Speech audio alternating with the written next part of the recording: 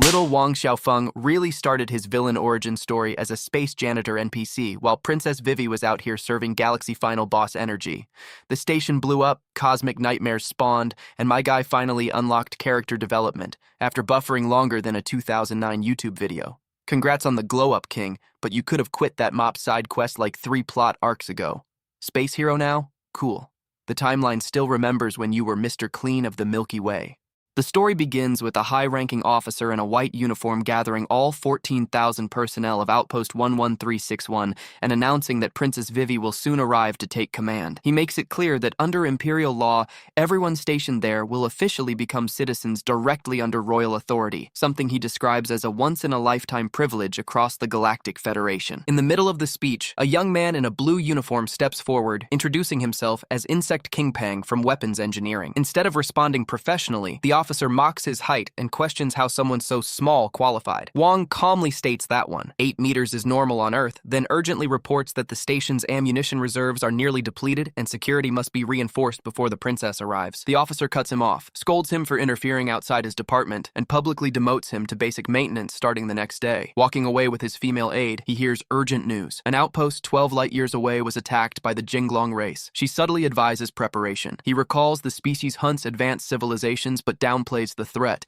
noting 8 outposts lie between them and the danger. Prioritizing the princess's ceremony, he orders the information sealed so she remains unaware. The next day, Wang is already wearing a maintenance uniform. While walking down the corridor, he gets knocked to the ground by much taller crew members. Instead of apologizing sincerely, they mock him, implying that someone his size should watch where he's going. Other towering non-human workers gather around, joking that the maintenance department is filled with giants over 2.5 meters tall, and that someone like him might get crushed. Wang says nothing and quietly retreats to his dorm room, which is a complete mess. There, memories hit him. He once asked his parents if he could return home because he missed them. His father responded harshly, essentially telling him that if he couldn't complete the goals set for him, he shouldn't bother coming back at all. The list was absurd: get married, have 10 children, build a wide social circle, buy a massive house. Failure meant being disowned. Looking at that list again, Wang realizes he has no escape route, neither forward nor back to Earth. Soon the station erupts in cheers. Princess Vivi arrives. She steps out of her ship with silver hair shining and royal composure, introducing herself as the 133rd princess of the Galactic Empire and the new station chief. Inside her thoughts, she reflects that even though the outpost is remote,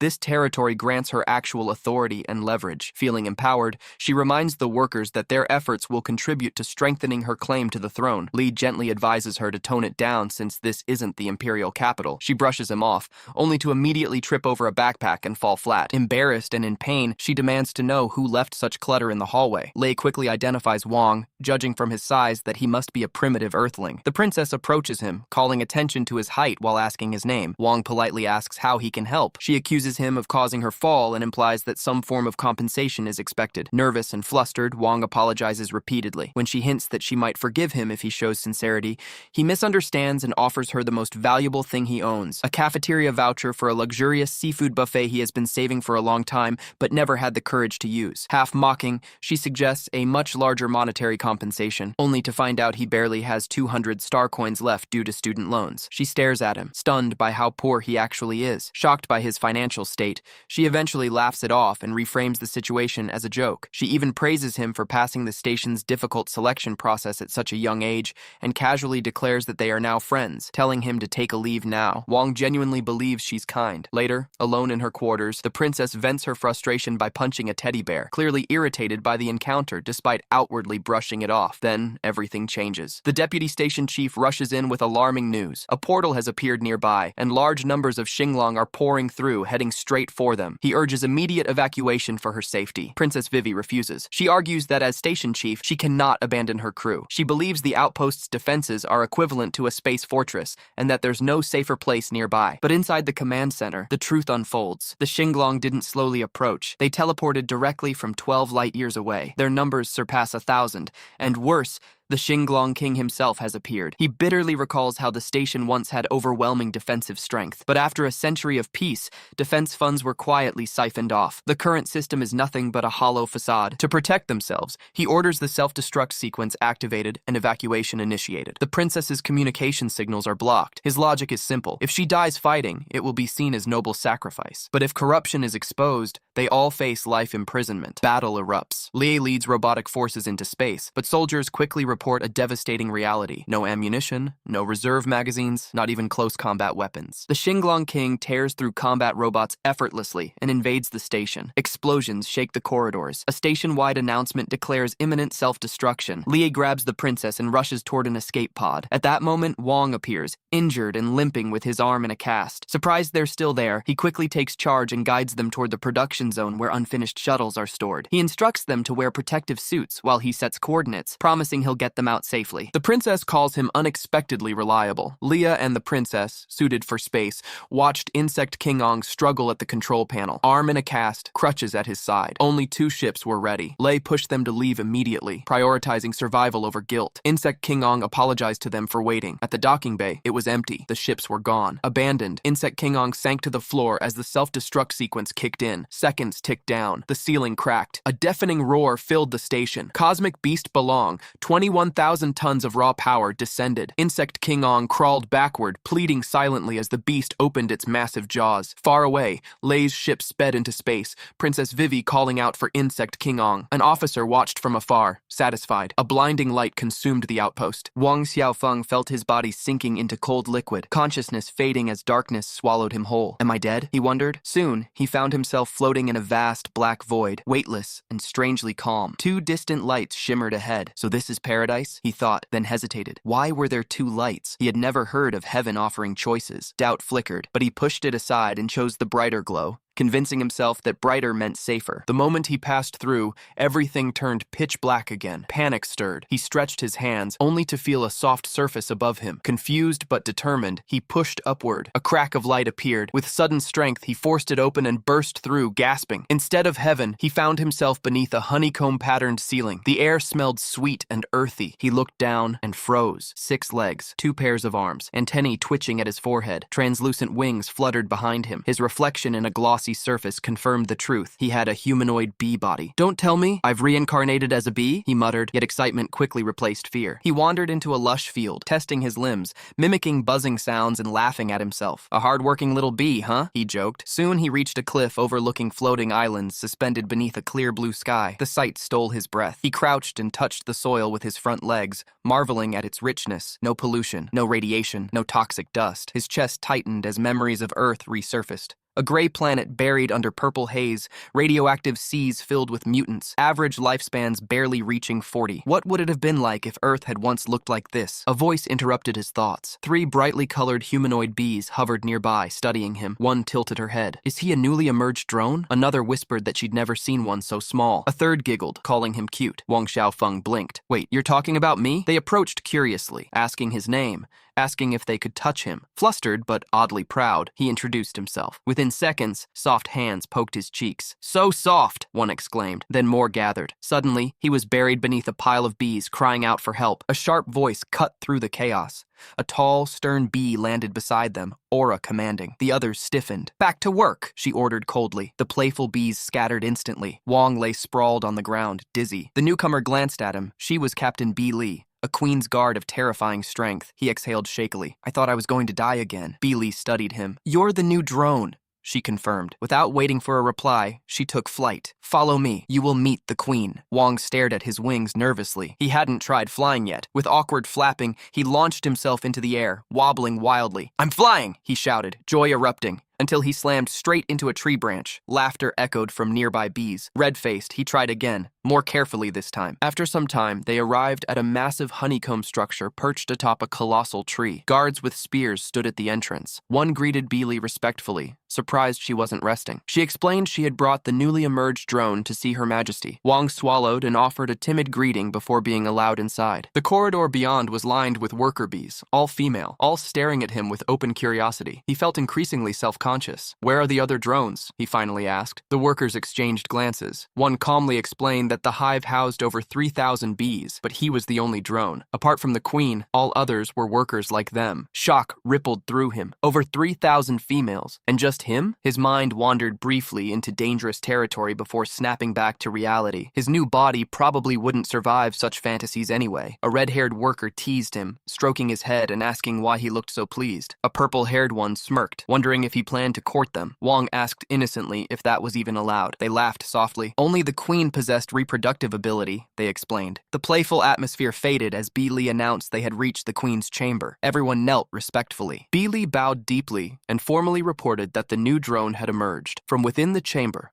a calm voice responded. The queen acknowledged the report and thanked her guard for the effort. Then Wong saw her. His breath caught in his throat. "She's incredible," he whispered under his breath, completely enchanted by the ruler of this strange and vibrant new world. Wang Xiaofeng stared up at the towering queen, a strange thought flashing through his mind. In this world, would she be my mother? Queen Bi Huang noticed his stunned expression and gently asked what was wrong. Still enchanted, he blurted out that she was unbelievably beautiful. Captain Bi Li immediately scolded him and demanding he kneel, questioning whether the larvae hadn't taught him basic rules. Wang, completely confused, asked what rules she was talking about. Queen Huang let out a soft, amused laugh and waved Bi Li's concern aside. Since no outsiders were present, she said it was fine. The little drone was endearing. She beckoned him closer and told him to sit beside her. Wang awkwardly climbed up and hesitantly asked why he couldn't call her mom if she had given birth to him. The queen explained calmly that it was an ancient rule of the bee tribe, one she could not change. As rulers of the celestial island, they had to maintain dignity. She then shared that she herself had once been one of thousands of workers before being chosen by the former queen to inherit royal power. Everyone in the hive was bound by blood, she said, and he should cherish that bond.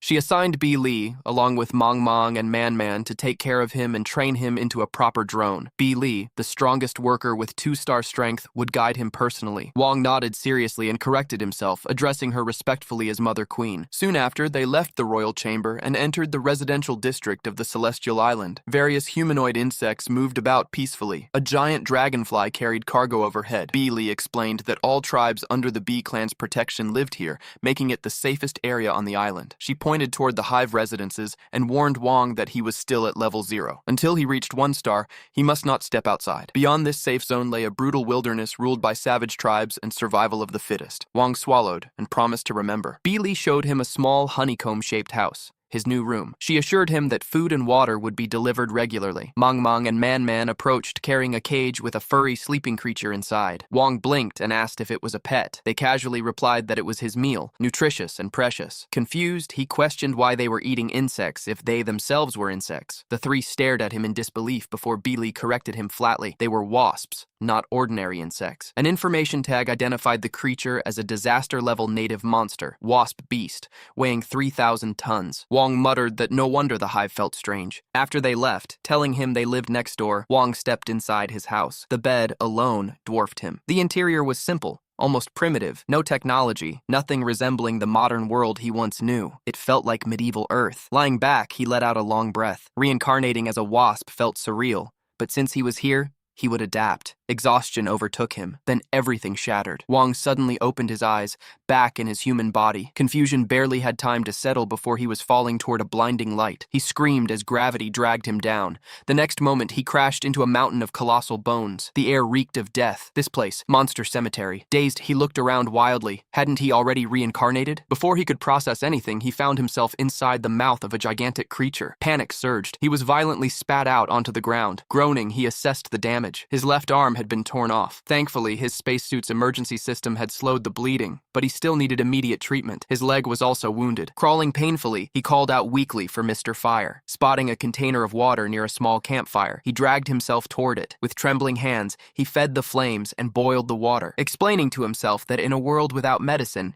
heat sterilization was his only option. He boiled bandages, then heated a stick. Gritting his teeth, he pressed the burning wood against his wound. The pain was unbearable. He screamed and blacked out. Sometime later, he stood shakily, surveying the valley. He wondered if one giant creature had survived simply because it had been shielded from the blast. A sudden shadow fell over him. Slowly, he turned. A monstrous dragon towered above. Disaster level, cosmic monster, Zhu Yue dragon, weighing 180,000 tons. Wang froze, whispering monster monster under his breath. Another slightly smaller dragon approached, Flash Dragon, 87,000 tons. The larger one muttered that it had felt something beneath its feet. The smaller dismissed it as probably a ghoul and urged haste. The Dragon King was gravely injured and needed fresh blood immediately. They needed to collect bodies. Hidden behind a rock, Wong trembled. His heart pounded violently as he realized he had not escaped death at all. He had simply fallen deeper into it. After some time had passed, the Zuyua dragon and the Flash Dragon were seen flying through the sky with several smaller monsters carried on their backs. From his hiding place, Insect King observed them carefully and wondered whether they were transporting dead bodies. A thought struck him that this movement might provide the perfect opportunity to escape from the cursed place where he had been trapped. Meanwhile, the Flash Dragon reminded the Zuyua dragon that the appointed time was near and they needed to depart immediately. With that, it soared into the sky, clutching a small monster in its claws. High above, the sky was filled with an astonishing number of dragons flying at tremendous speed, all carrying what appeared to be food supplies. Hidden inside the mouth of the Zuyua dragon, Insect King felt a wave of relief, believing he had finally escaped the nightmare he had endured. However, his relief quickly turned into dread when he looked down and saw a vast valley crawling with monsters. The horrifying realization dawned upon him that he had been brought to a massive monster nest. Soon, their destination came into view, an enormous volcano towering over the landscape. The Zuyua dragon descended and landed near its base, dumping the smaller monsters and scattered skeletons onto the ground. The Insect King lost his balance and fell along with them, panic surging through him. Nearby, dragons discussed whether Old Shay had gathered all the necessary ingredients for the Dragon King's meal. A turtle-like dragon approached the pile and began examining the supplies, grumbling about his weakening eyesight and complaining that he had been waiting far too long for fresh ingredients. Watching anxiously,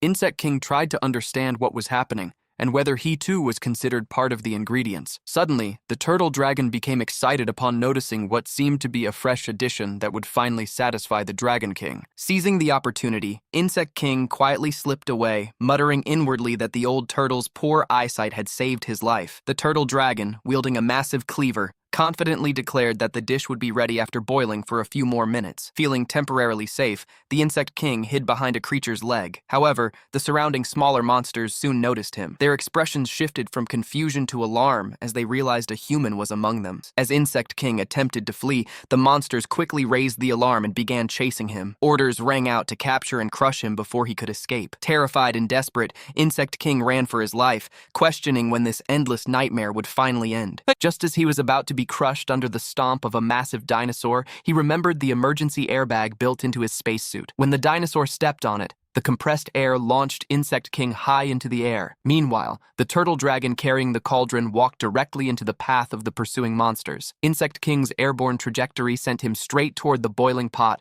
and he plunged headfirst into the dragon's soup. Some monsters questioned whether the pot was meant for the Dragon King's special Long Quan soup. A blue monster attempted to stop the turtle dragon after hearing claims that a human had fallen into the pot. Their attempt was abruptly halted when an enormous dragon appeared before them. This massive creature, identified as the Level 7 cosmic monster Ba Dragon, its sheer presence filled the smaller monsters with terror. The Ba Dragon scoffed at the idea that a mere human could be of any significance. To demonstrate its authority, it crushed one of the monsters beneath its paw and warned the others never to repeat such nonsense. The Ba Dragon then entered the cave and addressed the Dragon King, recalling the devastating battle that had left him gravely injured. It questioned how someone so powerful could have been struck by an explosion. For 300 years, his power had stagnated, and he believed a rare opportunity for breakthrough had finally presented itself. That opportunity lay in absorbing the star power. He instructed that no one approach him during his weakened state, as his power could easily be stolen. The Ba Dragon solemnly vowed to guard him with its life. The Turtle Dragon,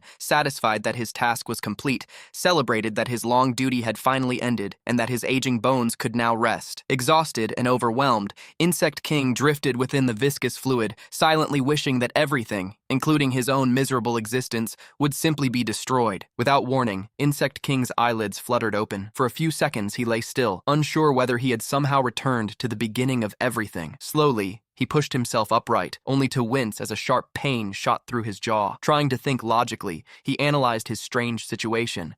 If this truly was reincarnation, he imagined that he had evolved into some extraordinary existence, someone capable of inhabiting two separate forms. The thought almost made him laugh in disbelief at his own unexpected fortune. But the excitement faded just as quickly. A shadow crossed his expression when he remembered the condition of his human body. In this new identity, he held a respected position among the insects, surrounded by luxury and admiration. He convinced himself that this was where he now belonged. His stomach growled loudly, interrupting his thoughts. Hunger reminded him that he had not eaten since taking over this body. His gaze shifted toward the small insect kept in a cage nearby, a creature that had been presented to him earlier. Curiosity mixed with hunger as he wondered whether it was actually edible. With a disturbingly calm expression, he reached in and grabbed the trembling moth. To his surprise, the tiny creature began begging for mercy in clear speech. The fact that it could talk startled him, but he still decided to test a small bite, telling himself he was merely adapting to local customs. The moment he tasted it, however, his face twisted in disgust. The flavor was unpleasant and raw, reminding him of uncooked seafood. He immediately spat it out. The moth shrieked dramatically, convinced he was moments away from death. Irritated, the insect king declared that he would not eat her after all and instructed her to stop making noise. Then he opened the door and pushed her outside, shutting it firmly as if nothing unusual had happened. For the moth, this sudden mercy felt miraculous. She celebrated her escape, overwhelmed with relief at still being alive. Unfortunately, fate was not finished with her. Two bees flying past noticed her standing in front of Insect King's residence.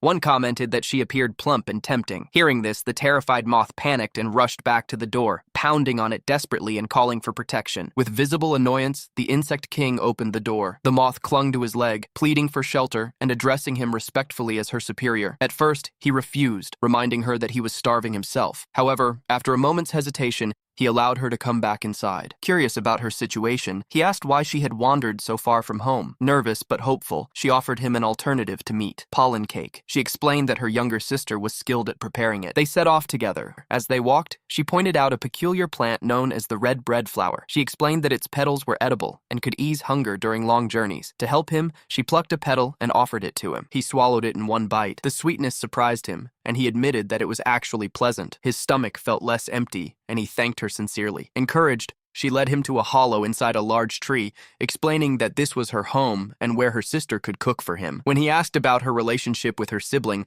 her face brightened. She described her sister as the most precious person in her life. However, upon arriving, they encountered a grim scene. A massive, menacing wasp was assaulting a smaller insect who begged desperately for mercy and the return of her younger brother. An information display identified the aggressor as a disaster-level mud monster weighing 7,800 tons. The giant wasp coldly announced that the captive's brother had likely already been eaten by now. The Insect King was appalled by such cruelty. The moth rushed to her injured sister. Gathering her courage, she declared that this was their home and demanded that the intruder leave. The giant wasp, amused, recognized the moth and questioned how she had survived after being sold. She arrogantly insisted that prey had no right to escape and that punishment was justified. At that moment, the Insect King stepped forward and ordered the giant wasp to stop. He made it clear that the moth was under his protection and that any grievance should be directed toward him instead. The wasp froze in shock, realizing he might belong to the powerful wasp tribe. She quickly knelt and apologized, claiming ignorance of his connection to the moth. Although confused by her sudden submission, Insect King asserted that the moth was his friend and warned the giant wasp not to intimidate her again. She agreed and prepared to leave. Meanwhile, back in the residential district, several bees arrived to escort Insect King on a city visit. Finding his bed empty and footprints leading away, they realized with frustration that he had once again slipped away on his own. The little moth softly asked the Insect King how the food tasted. Sitting in the small, dim house, he genuinely appreciated the effort she had put into preparing it. He praised the pollen cakes, noting that each one carried a unique and pleasant fragrance. Though the meal was simple, it was prepared with sincerity. Without thinking much, he casually remarked that if it included some meat, it would have been perfect. His words had an unexpected effect. The moth and her brother were startled. Overwhelmed by gratitude for the help he had shown her earlier, she felt compelled to repay him at any cost. Realizing he had caused a serious misunderstanding, he clarified that he never intended to demand such a thing. More importantly, he told her that he saw her as a friend and would never want her to suffer because of him. The word friend carried immense weight for the lonely moth. Hearing him say it so naturally filled her with a warmth she had never known. For a brief moment, the tense atmosphere faded, replaced by a fragile happiness. The giant wasp suddenly entered, mocking their emotional display. She had come with a purpose. Calmly but firmly, she declared that Lord Wasp had been invited to visit the territory of the mud wasp tribe. Insect King Pang immediately refused. He had no intention of involving himself with them. His refusal angered her. She warned him that if he did not cooperate, force would be used. Without hesitation, she ordered the horned beetle to capture him. The horned beetle was a terrifying creature, classified as a native disaster-level monster and weighing 13,000 tons. Despite the obvious danger, Insect King Pang stepped forward confidently. On Earth, he had once been capable of fighting multiple opponents at the same time. When the horned beetle attacked, Insect King Pang dodged skillfully and countered with a punch to its abdomen. He followed with a powerful kick, putting all his strength into the strike. But to his disbelief, the beetle did not react at all. It stood unmoved, as if the blows meant nothing. Confusion quickly turned into dread. Before he could retreat, the beetle grabbed him effortlessly by the head. The moth and her brother trembled as they watched. Within seconds, Insect King Pang lost consciousness. The giant wasp coldly dismissed him, remarking that he could not even defeat a one-star horned beetle. When Insect King Pang regained consciousness, his entire body throbbed with pain. He realized how close he had come to death. He and the siblings were confined inside a box, while the horned beetle flew through the air. The moth, observing their movement, deduced that they were being taken to the surface. The surface was a place filled with fear. According to stories passed down from her grandfather, it was inhabited by dragon beasts that had descended from beyond the sky. Long ago, insects lived there freely. But everything changed when the dragon beasts invaded. A devastating war broke out, and the insects were completely defeated. Listening carefully, Insect King Pang felt a chill run through him. If these dragon beasts truly came from beyond the sky, they might be connected to the Star Dragon clan he knew about. He remembered their overwhelming power. Compared to such beings, insects would stand no chance in open warfare. He then wondered why the mud wasps still chose to remain near such a dangerous region. The moth explained that their nests were hidden in underground caves abandoned by the dragon beasts. Soon, they arrived. Still tightly bound, Insect King Pang observed the surroundings. Many insects labored under harsh conditions, their bodies covered in wounds. The giant wasp grabbed him tightly and proudly presented him to her sisters, boasting about capturing a male wasp from the wasp tribe. The sisters gathered around him with visible excitement. Instead of hostility, their interest seemed strangely affectionate. In their view, keeping him could strengthen their tribe's future bloodline. Perhaps they might even produce a powerful queen. Insect King Pang felt both irritated and uneasy. The sisters spoke with calm confidence, claiming they had all the time in the world to deal with him. They implied that his resistance would not last long and that he would eventually yield on his own. The giant wasp dragged Insect King Pang through the dark forest and deep into the underground territory. One was a massive dung beetle, a disaster-level native monster 35000 tons known for his overwhelming strength. The other was a flower mantis, swift and lethal 8,600 tons, regarded as one of the strongest fighters among the underground insects. The dung beetle recognizes the moment as a rare opportunity. He believes that if they can draw the wasp clan into their territory, the long-standing dominance of the mud wasps could finally be brought to an end. The flower mantis, however, remains troubled. To her, inviting the wasps feels like welcoming predators into their own home. Even if the mud wasps are driven away, there is a real danger of falling under the control of another. Understanding her concern, the warrior admits that their current strength alone is not enough to break the mud wasp's rule. She reluctantly agrees with his reasoning. Meanwhile, Insect King Pang was thrown into the lowest level of an underground mine. The giant wasp left him there deliberately, believing that no one can save him here. Insect King Pang, however, refused to surrender. Despite his weakened condition, he remained stubborn. Soon after, the little moth and her brother managed to reach him inside the mine. The area was filled with enslaved insects forced to labor endlessly under harsh supervision. Their bodies were worn, and their spirits nearly extinguished. The presence of a captured male wasp quickly attracted attention. Many of the imprisoned insects were surprised. Seeing a wasp in such a place was rare. Insect King Pang felt conflicted. He knew the truth. He had escaped secretly before being captured, and no one from his clan was aware of his situation. When the prisoners looked at him with expectation, he felt both guilt and pressure. He doubted his ability to help them. It was then that the dung beetle revealed himself inside the mine. His massive form commanded immediate respect. The flower mantis stood silently nearby, her calm presence radiating controlled power. The dung beetle proposed a daring plan. If they could help Insect King Pang escape and return safely to the celestial island, he might bring back the Wasp clan's forces. They begged for liberation, desperate for any chance at freedom. Insect King Pang initially hesitated. He admitted that he was not strong enough to promise victory. Even if he escaped, there was no certainty he could persuade his clan to intervene. Yet as he observed the exhausted faces around him,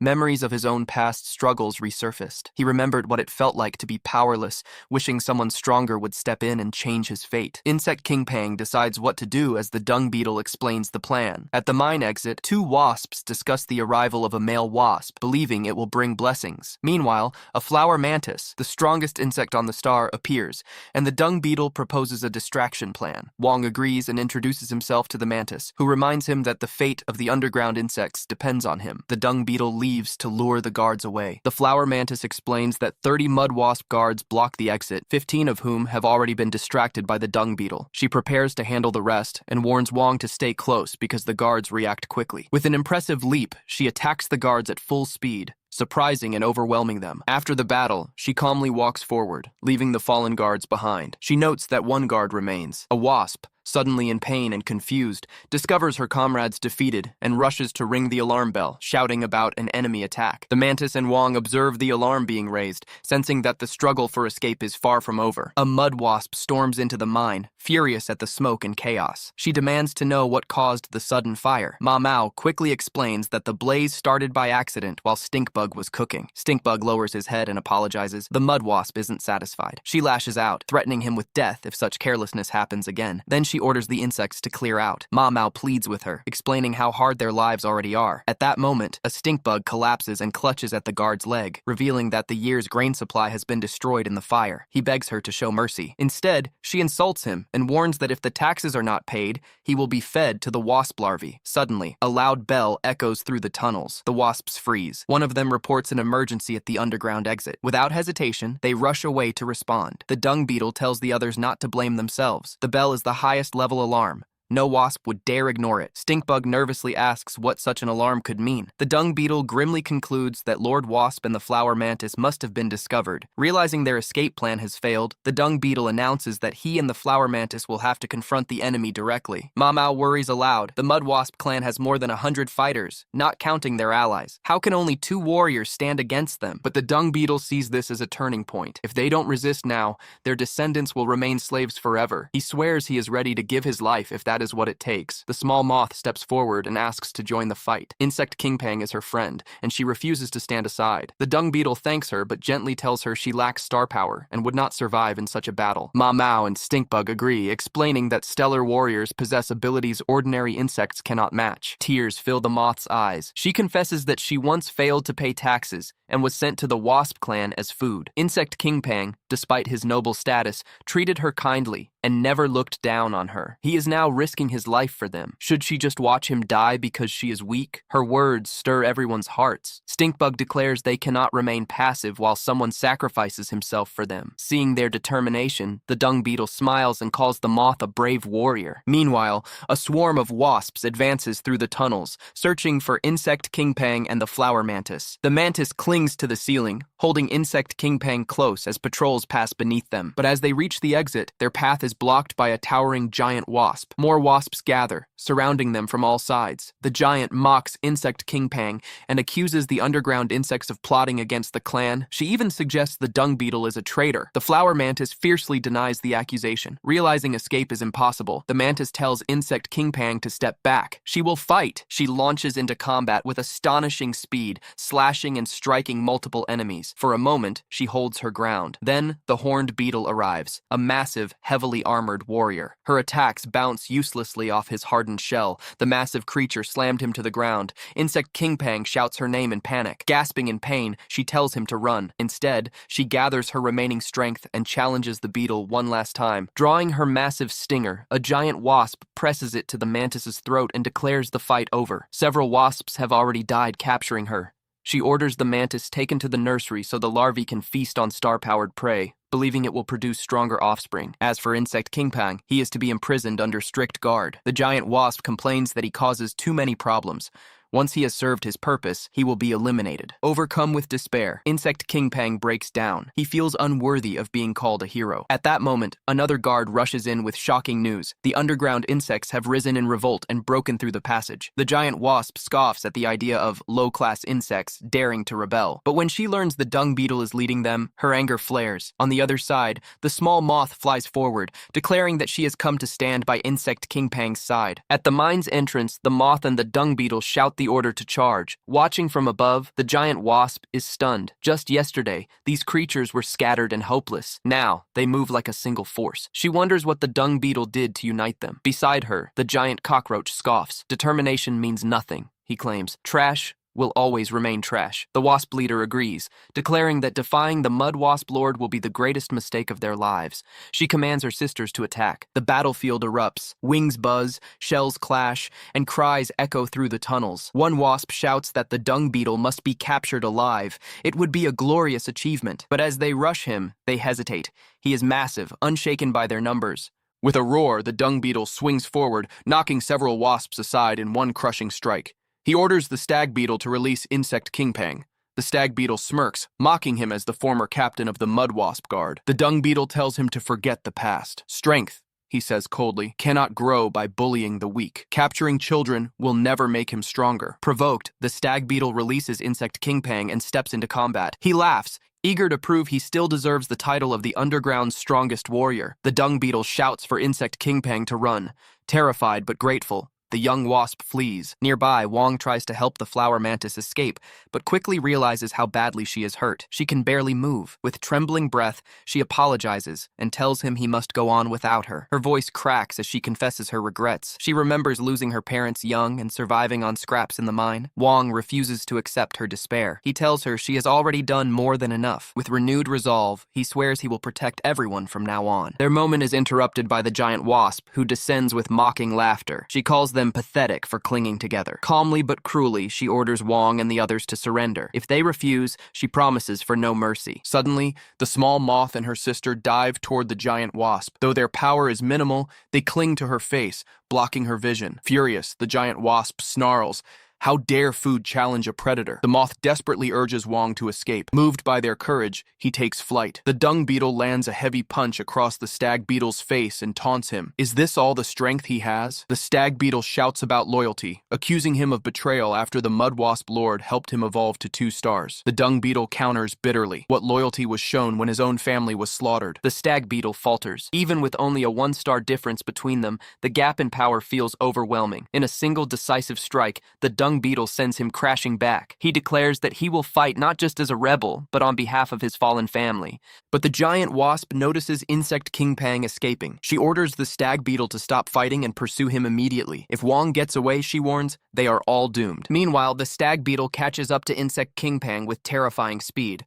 Wong is startled at how quickly he closes the distance. The stag beetle orders him to stop, threatening brutal consequences. He lunges forward, but Wong twists midair and dodges. Flying in sharp zigzags, Wong barely avoids the stag beetle's blows. The flower mantis watches from afar, silently praying he can escape. The moth continues shouting for the others to hold the giant wasp back. Mau Mau struggles, saying she can't last much longer. The stink bug urges her to endure, promising that help may arrive. Wong's stamina begins to fade. No matter how hard he flies, he cannot shake the stag beetle. Frustration creeps in. Why can he stop here? When Xiao Feng was very young, he once sat in his small room holding a worn-out doll and said with shining eyes that when he grew up, he wanted to become a hero. He told his father that he would be like Eggman and wipe out all the radiation monsters roaming the earth. One afternoon, Xiao Feng ran home breathless, waving an envelope in the air. He announced excitedly that he had been admitted to the Star Wang Academy of Mechanical Engineering. His mother smiled warmly and said they would prepare a grand dinner to celebrate. But shortly before his departure, disaster struck. The city was suddenly attacked by terrifying radiation monsters. Chaos erupted in the streets as people ran in panic. A frightened reporter broadcast a warning, saying the monsters were invading in large numbers and urging citizens to seek shelter underground. Despite the danger, Xiao Feng's parents used all their savings to secure him a seat on a military starship bound for Star Wang. However, when the time came, Xiao Feng refused to leave. He asked his parents how they would survive after spending everything on him. His father sternly scolded him, saying he should not question their decision and reminding him that he had always wanted to be a hero. He ordered Xiao Feng to go, learn real skills, and not return until he had completed all the tasks written in a small notepad he handed him. Frightened but obedient, Xiao Feng agreed. At the spaceport, Xiao Feng later reflected that he had not understood his parents' true intention. They were not sending him away to become a hero in return. His mother softly remarked that it was a rare sunny day. His father agreed quietly as the spaceship lifted off. Inside the ship, holding the notepad, he whispered that he would read his father's words carefully. Even if the tasks seemed silly now, they were filled with love. Life on Star Wang, however, was nothing like he imagined. Instead of admiration, he faced mockery. Some students whispered that humans from Earth were still alive. Others insulted him, calling him inferior and short-lived. During a fierce battle sometime later, Xiaofeng found himself overwhelmed. Tears filled his eyes as he muttered that this was not a time travel story. One day he would see them again. Just then, a stag beetle warrior appeared beside him at terrifying speed and launched a devastating punch. Xiaofeng crashed to the ground, barely conscious. The beetle coldly told him to stop resisting, claiming his defeat was certain and warning him not to end up like the weak commoners treated as trash. As he struggled to stand, memories of the friends he had made on Star Wang flashed before him. He had promised to protect them. With renewed determination, he shouted that he would not let anyone suffer, as he once had. Suddenly, his body began to glow. A powerful light burst from him, bright as the sun. The stag beetle stared in disbelief and wondered if Xiaofeng had leveled up. Scoffing, he claimed that even reaching 1 star would not be enough. But Xiaofeng charged forward, yelling for the beetle to move aside. The air around him carried the unmistakable aura of the Star Dragon clan. Shocked, the beetle cried that it was impossible. In the next instant, Xiaofeng delivered the strongest punch of his life. The impact twisted the beetle's face and he collapsed unconscious. All around them, creatures reacted in disbelief. A flower mantis gasped and questioned whether Xiaofeng had truly won. A pair of moth sisters cheered that it was a miracle. Mud wasps stared in shock, unable to understand what had happened. Their giant leader, furious and desperate, ordered them to chase Xiaofeng and prevent his escape. Hovering in the sky, Xiaofeng glanced at an information panel displaying his current power weighing 3,000 tons. He wondered what force had just awakened inside him, but there was no time to reflect. More mud wasps were approaching. He flew toward Sky Island, calling out desperately for Feng Li and the others to guide him. Outside the Sky Island area, Li asked anxiously whether they had located him. Another bee reported that a group of mud wasps was heading toward the island. Li ordered everyone to gather and prepare. As Xiaofeng ran for his life, the giant wasp caught up and blocked his path. He collided into her forcefully, and she angrily accused him of causing endless trouble. He tried to summon the same power again, but felt nothing. Struggling in her grasp, he muttered that he was almost emotionally ready. Confused, she demanded to know what he was doing. Suddenly, one of the mud wasps shouted that they were surrounded. The good wasps had arrived. Li stepped forward and asked whether the mud wasp leader was present. Observing Xiaofeng with them, she demanded an explanation. The giant wasp quickly claimed it was all a misunderstanding and insisted they had only been entertaining him. Desperate, Xiaofeng cried out that he had been kidnapped and forced into things against his will, begging Li to save him. Hearing this, the blonde leader ordered the mud wasps to be arrested so the clan elders could decide their fate. Spears were raised, weapons dropped, and the once dominant giant wasp trembled as she realized the tables had turned. On the opposite side of the conflict, many creatures were being escorted away by the wasps. They were feeling utterly defeated. Some were questioning whether the yellow bee would return to rescue them. The dung beetle, trying to comfort Mao Mao, insisted that their ally would come because he was dependable. Yet reality proved harsher. Both the dung beetle and the flower mantis had been captured. Mao Mao, terrified, worried aloud about being fed to larvae. The stink beetle scolded her and repeated that Xiaofeng would surely arrive to save them, holding on to hope. In the distance, Moth's sister noticed movement and alerted her brother. The small moth squinted and asked what it could be, and she replied that a group of wasps was approaching. Soon, Xiaofeng appeared, guiding the captured creatures toward safety, and declaring that he had returned with the Yellow Wasp clan to help. The rescued beings cheered at his arrival, relieved that salvation had come. Xiaofeng apologized for arriving late and acknowledging that they must have suffered. Then she asked a question about a thing stuck on his chest. He looked down and admitted he had not noticed the strange mark earlier. Mao Mao screamed in fear, drawing everyone's attention. When Xiaofeng asked what frightened her, she pointed at the mark and identified it as the royal seal. The wasps gazed in amazement, confirming its royal seal. Confused, the hero demanded an explanation of the royal seal. The moth explained that according to ancient belief, a creature chosen by the universe would bear this seal. Xiaofeng wondered if he truly possessed such power. The moth insisted it was undeniable, recalling the warmth he had felt during his battle with the stag beetle. He agreed, reflecting on whether the queen bee, leader of the wasps, might share a similar blessing. He added that only female wasps traditionally became queens, making it strange for a male like him to carry the royal seal. The bee asked everyone to remain calm and explained that the queen was concerned for Wang Xiaofeng's well-being. Eventually, the dung beetle and the mantis reappeared after being released. He asked where Wang Xiaofeng had gone. Mao Mao replied that he had departed with the wasps. She then wondered aloud whether the underground mining area might have our own king. The dung beetle asked in surprise if she meant a king, and she clarified that it would not be like the mud wasp's ruler, but a genuine sovereign bearing the royal seal. Meanwhile, in the queen bee's chamber, the ruler instructed Xiaofeng to eat slowly and recover from his hardships, warning him not to flee again. Li questioned whether the chest mark truly signified the royal seal, and the queen confirmed it. Wang Xiaofeng asked about taking over the underground mining area. The queen explained that the wasps historically granted the area's control to those who resisted greater threats. The hero considered using the royal seal's power to protect his companions. The queen praised his kindness but advised patience, stating that he needed time to grow stronger before assuming such responsibility. He accepted her guidance. However, news arrived of 2 mud wasp warriors requesting an audience. Outside, the dung beetle and flower mantis introduced themselves as representatives of the underground inhabitants. Back in the mining area, Mao Mao interpreted his words as neither acceptance nor refusal. He lamented the difficulty of convincing the wasps to take responsibility for the area. Finally, in the chamber of the Dragon King, Xiaofeng awoke, submerged in a strange crimson liquid. Though he panicked at first, he soon realized he could breathe. He noted that his injured arm had fully regenerated. He shouted in terror as he saw the monster. As he steadied himself, he noticed the pool's eerie glow. A mischievous grin spread across his face as he rejoiced at surviving another day within this body. Catching his breath, he observed that the monster must have used this very pool to restore its flesh. Clenching his fist, he felt an overwhelming surge of strength coursing through his body. Xiaofeng hears a strange sound inside the cave. When he carefully looks ahead, he sees a huge blue monster eating large pieces of meat. The monster is extremely big, and Wang feels scared. He decides it is safer to stay hidden for now. After some time, the monster yawns loudly. The whole cave shakes, and Wang thinks it might be an earthquake. Soon, the monster lies down near the meat and falls asleep. Wang thinks this is a good chance to escape. But then, he smells the meat. It smells very good, and he remembers he hasn't eaten in a long time. The meat is hanging high above him, so he cannot reach it. He feels frustrated because he has no way to climb up. While the monster is sleeping, it drools, and pieces of meat fall from its mouth. Suddenly, a chunk of meat drops to the ground. Wang quickly runs to it and happily starts eating. The meat tastes very delicious and soft. He keeps eating until his stomach is completely full. But after a few moments, something feels wrong. His stomach starts hurting badly. His whole body feels hot, like energy is burning inside him. He feels like he might explode. Blood slowly comes out of his nose. The meat he ate came from a 5-star disaster-level creature called the volcanic bull. Suddenly, he wakes up back in the hive. A worker wasp shakes him and tells him to hurry up because class is starting. At the Sky Island Bee Academy, many worker bees are standing in rows. The instructor explains that combat is the most important skill for worker bees. Wang watches the others train. He wonders if he will join the group classes.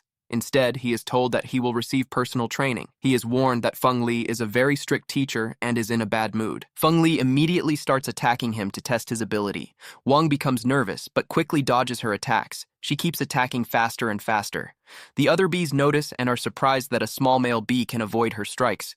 The bees start cheering for him, and he finally tries to attack Bee Li once, but she easily blocks it. She increases her speed again and finally hits him. Even so, she praises him for his good movement and quick thinking. The other bees are shocked because she rarely praises anyone. Wang feels shy but admits he still needs to improve. He remembers that his previous martial arts training helped him a lot during this fight. The first stage of training ends. Now it is time for the second stage. Later, in the outer area of Sky Island, Bee Li explains that dragon beasts have appeared again. Soon, they see 2 giant disaster-level dragon beasts. Feng Li says these dragon beasts will be used for the second stage of training. To demonstrate, 2 strong bees fly forward. They are covered in bright light, and special weapons appear in their hands. One bee attacks a dragon with a spear. The dragon roars and fights back by shooting its horns forward. The other bee swings her weapon and sends the attack back toward the dragon. Wang watches in amazement and wants to know what power they are using. Feng Li explains that this ability is called Star Armor. Normally, a Zerg warrior can only reach 3 stars in power. This allows them to become stronger. Wang thinks this is similar to ancient generals who needed support from their king to gain more strength and resources. Finally, Bee Li explains, to become a true worker bee, he must first learn Star Armor. Within 2 weeks, he must learn to use Star Armor. 1 month later on Sky Island, a big battle shakes the ground and trees fall. Xiaofeng is now stronger and has become a 1-star wasp beast. He can use special powers. Xiaofeng is happy because he can finally protect others and not be a burden. He falls down and realizes his weakness. 2 bees praise him, saying him a genius. Feng Li ends training and tells him to come to the palace. In the palace meeting hall, the queen bee apologizes for making making everyone wait. Guards and leaders are present. Xiaofeng introduced himself and greeted them. The leaders are surprised to see him. One asks if he is the legendary male bee with the royal seal. They whisper about how cute he is and joke about having children with him. Xiaofeng feels extreme embarrassment. Then the queen of the wasps arrives. She is a 5-star disaster-level monster weighing 27,500 tons. The queen bee introduces her as an important leader of another bee branch. A Vivi princess greets Xiaofeng and says she has heard about him. The leaders praise him for being polite and talented. The wasp queen explains that Vivi is very skilled at star armor and learns quickly. She suggests Xiaofeng show Vivi around. He invites her to the garden to see the flowers, and she agrees. Suddenly, the wasp queen feels sick. The queen mother worries about an old injury. The wasp queen says it is a recurring problem, but she is used to it. In the judgment hall, the mud wasp clan leader kneels before the queens. She is being punished for crimes. The queens decide the punishment. The mud wasp clan will be banished from Sky Island forever. The mud wasp leader begs for mercy, saying she only kidnapped a wasp, but the queens refuse. The queens explain that the kidnapped male is the future third king of Sky Island. The mud wasp leader cannot believe that a male cannot be king. Meanwhile, in the palace garden, Vivi admires the flowers. Xiaofeng offers her a flower. She asks if he is trying to impress her. He eats the flower, saying it tastes good and telling her to try it. Vivi gets annoyed and suggests playing hide and seek. She thinks he is just a child who likes games. Xiaofeng seems unhappy, but agrees. Later, the moth and dung beetle arrive outside the palace, wanting to see him. The moth asks to send a message to Xiaofeng. From the wall, Xiaofeng sees them and tells Vivi he needs to speak with his friends. She allows it. He thanks her and leaves, promising to return. Vivi thinks he is strange for leaving royalty to talk to commoners. Xiaofeng meets the queen bee to say goodbye. He tells her he wants to leave and build his own territory. The queen is surprised but understands. She tells him he will always be welcome and can return any time. Xiaofeng cries and hugs her. The dung beetle and moth arrive, calling him king and offering to escort him. The queen says goodbye, and Xiaofeng calls her mother bee queen and promises to visit again. The queen says this was the first time she truly felt like a mother. Feng Li agrees, saying the queen already behaves like a mother. The queen asks Bee Li to help Xiaofeng on his journey. Xiaofeng announces that the bee clan leaders gave him underground mining land. He wants to build a new city outside Sky Island because the land is too harsh for living. He asks the dung beetle and flower mantis to help. They kneel and swear loyalty. Vivi watches hidden behind a tree, thinking he speaks like a great leader even though he is young. In a faraway place, small aphids cry for help. They are scared because a dragon beast is attacking. The dragon destroys houses and roars loudly. Two small creatures watch in terror as the beast stops right in front of them and prepares to eat them. But heroes arrive. It is Yaofeng, the dung beetle, and the praying mantis. Yaofeng shouts that he will not let the monster hurt the innocent. He glows with bright energy, looking powerful. The dragon beast is surprised by the light. However, it was not a big attack, just a strong superhero landing. Xiaofeng tells the dung beetle and mantis that their enemies are here. They use star armor abilities. Xiaofeng orders the dragon beast to free the aphids and challenges it to fight. The tusk dragon charges at them. The dung beetle blocks the attack with his bare hands, grabs the dragon's beak, and throws it back. Then the mantis attacks, immobilizing the beast. Suddenly, another dragon beast falls toward the aphids. They scream in fear. Xiaofeng steps in and uses his star armor and spatial control power. He swaps positions with the dragon's attack and saves the aphids. Then he uses his giant strength to hold the beast. The aphids thank the insect king for saving them. In the underground mine village, the residents celebrate. They believe the king has come to protect them. Xiaofeng explains that he wants to build a safer home for everyone, not claim territory. The aphids are happy because they will no longer fear the dragon beast. Earlier, at the temporary underground command post, Xiaofeng and his team planned their mission. He studied the surface near Sky Island and found a flat area with food and a small lake, good for building a settlement. But dragon activity is nearby, so exploration is risky. The dung beetle offers help from her tribe, though she does not explain much. Soon, a swarm of fly beasts arrives. They are 50 tons disaster-level creatures, but not very strong. They eat dragon waste as food. Xiaofeng is disgusted by the smell. The fly leader greets with Wang and learns that the king wants help investigating the dragon area. The fly leader agrees and orders his swarm to investigate. The insects leave to search for information. Meanwhile, Xiaofeng washes his hands but still smells something strange. Mao Mao and the stinky beetle arrive and say they want to help build the new settlement. They reveal that nearly 1,000 insects are ready to fight the dragon beasts. Xiaofeng is shocked by the large group but worries they are not strong enough and might become beast fodder. Before he can decide, more help arrives. Feng Li, Mang Mang, and Man Man. They say they were ordered by the queen to protect him. The 5th squadron of the Wasp tribe also appears.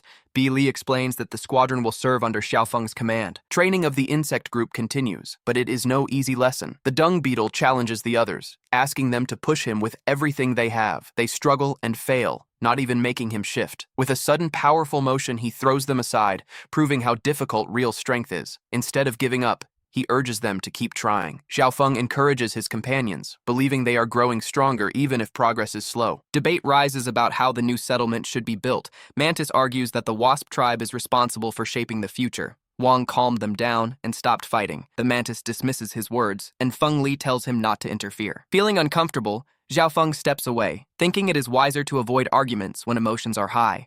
In the temporary meeting hall, the leaders explain the dangers near the eastern lake. The Tyrannosaurus tribe contains many powerful monsters, some of them extremely dangerous. Their leader is especially formidable with enhanced strength. Xiaofeng listens and outlines a strategy. They will study enemy movement, choose places to ambush, and use ropes to defeat them gradually. The plan is put into action. Insects lay ropes across the ground, causing a Tyrannosaurus to stumble and lose balance. Other beasts laugh at its misfortune, but the leaders explain that such traps are part of their strategy to keep the enemy in a place. With the monster restrained, the fighters prepare to strike. Feng Li equips her armor and readies her weapons. A red-armored 3-star Tyrannosaurus charges, confident in its power. The flower mantis attacks quickly and wounds it, but the injury is minor. Xiaofeng realizes that individual strength is not enough.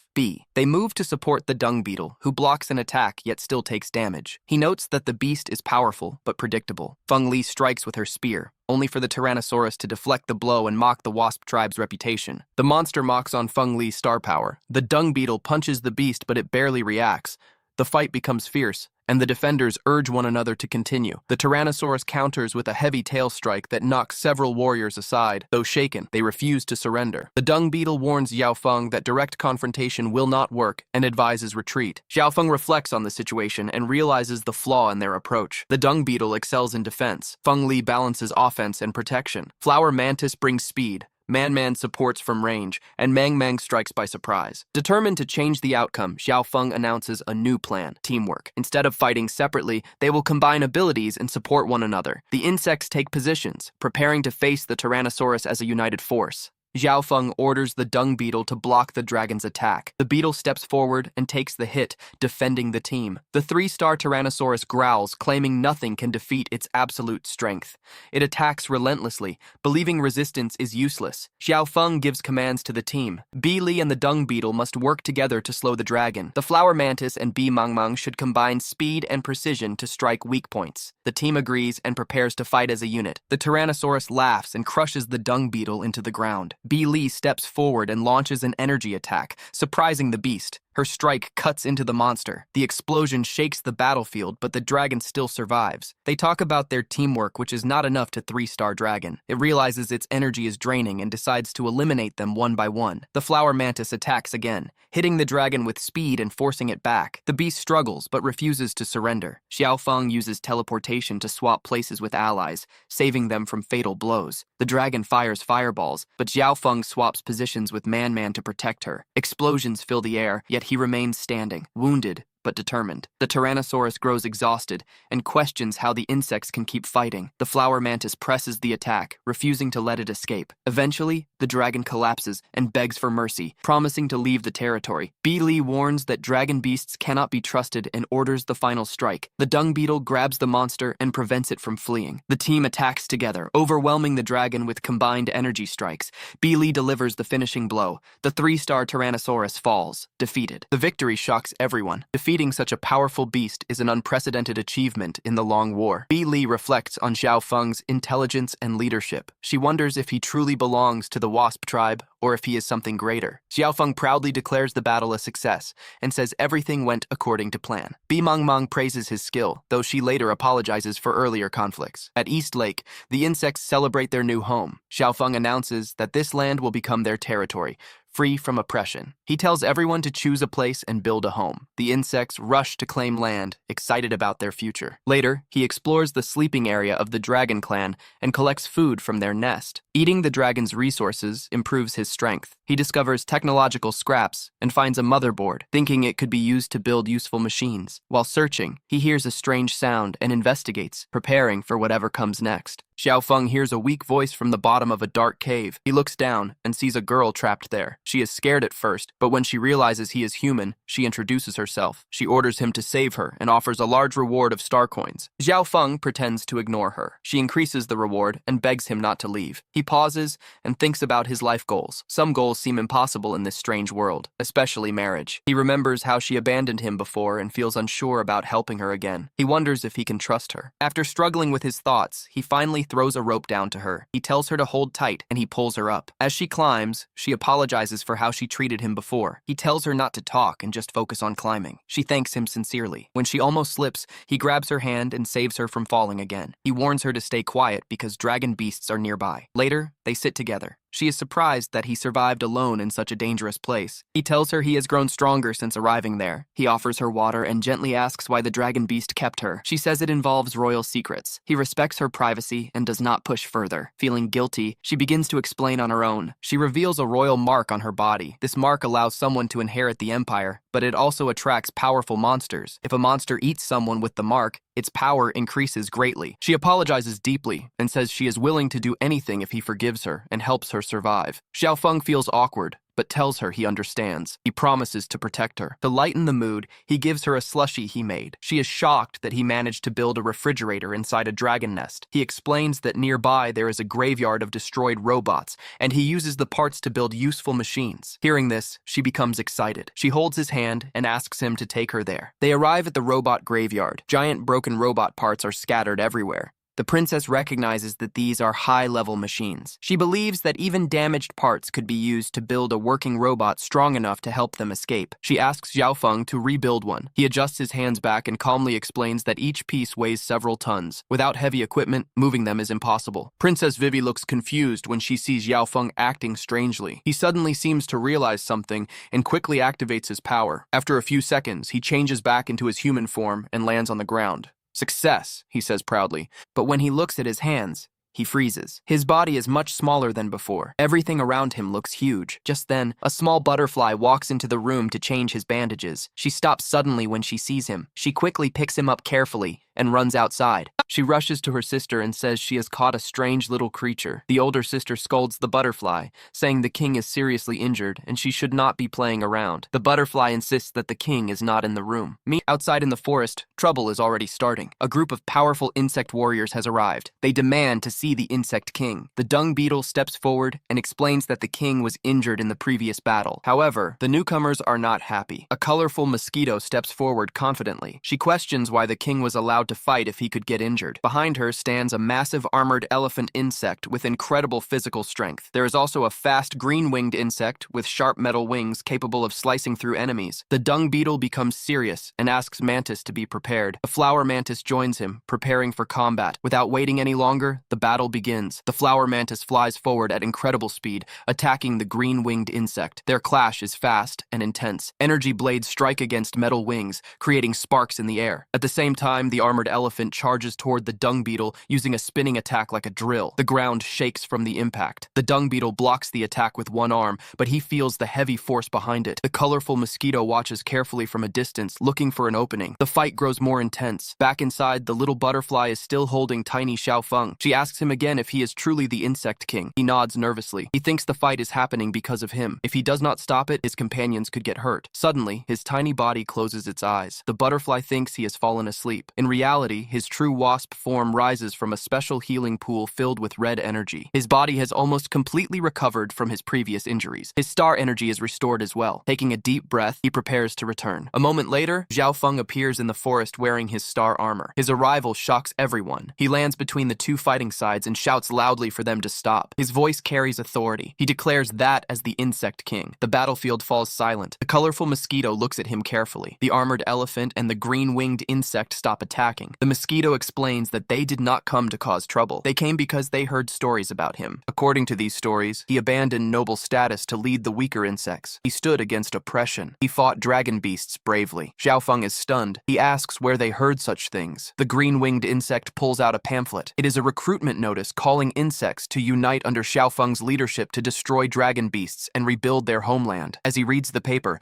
Xiaofeng's expression becomes more and more shocked. Slowly, he turns his head toward Mao Mao and the stinky beetle. They pretend to look innocent. Mao Mao laughs nervously and suggests that maybe someone admires him. Just then, a ladybug flies over and says all the pamphlets have been distributed. She asks if they should print more copies. Mao Mao also asks where they should place the statue they made of him. Mao Mao, ignoring his presence, orders everyone to continue printing more pamphlets. Realizing they have been exposed, Mao Mao and the stinky beetle suddenly panic and run away. Xiao Feng watches them escape, completely stunned. The story goes back in time, this time focusing on the flower mantis's past. As a young mantis, she cries out for her parents. She is devastated, having lost the people she loved most. The dung beetle arrives and finds survivors. He tries to comfort the young mantis and urges her to leave. The mantis refuses, wanting to remain with her family. Suddenly, a large shadow looms behind her, and the memory ends in horror. She wakes up from the nightmare, shaking. Going outside, she sees the insect kingdom that Xiao Feng has built. In this new society, insects work together and try to live peacefully. Everyone contributes, except the flower mantis,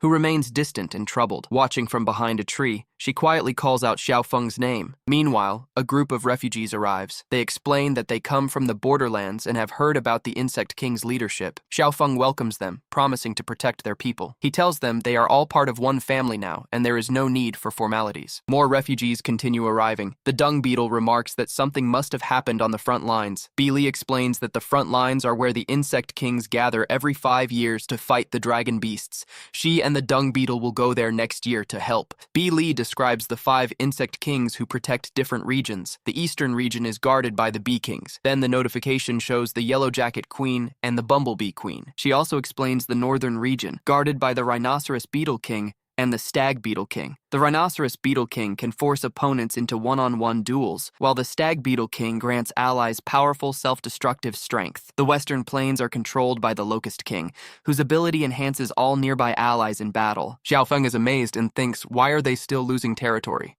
The flower mantis answers. The dragon generals opposing them are even more powerful.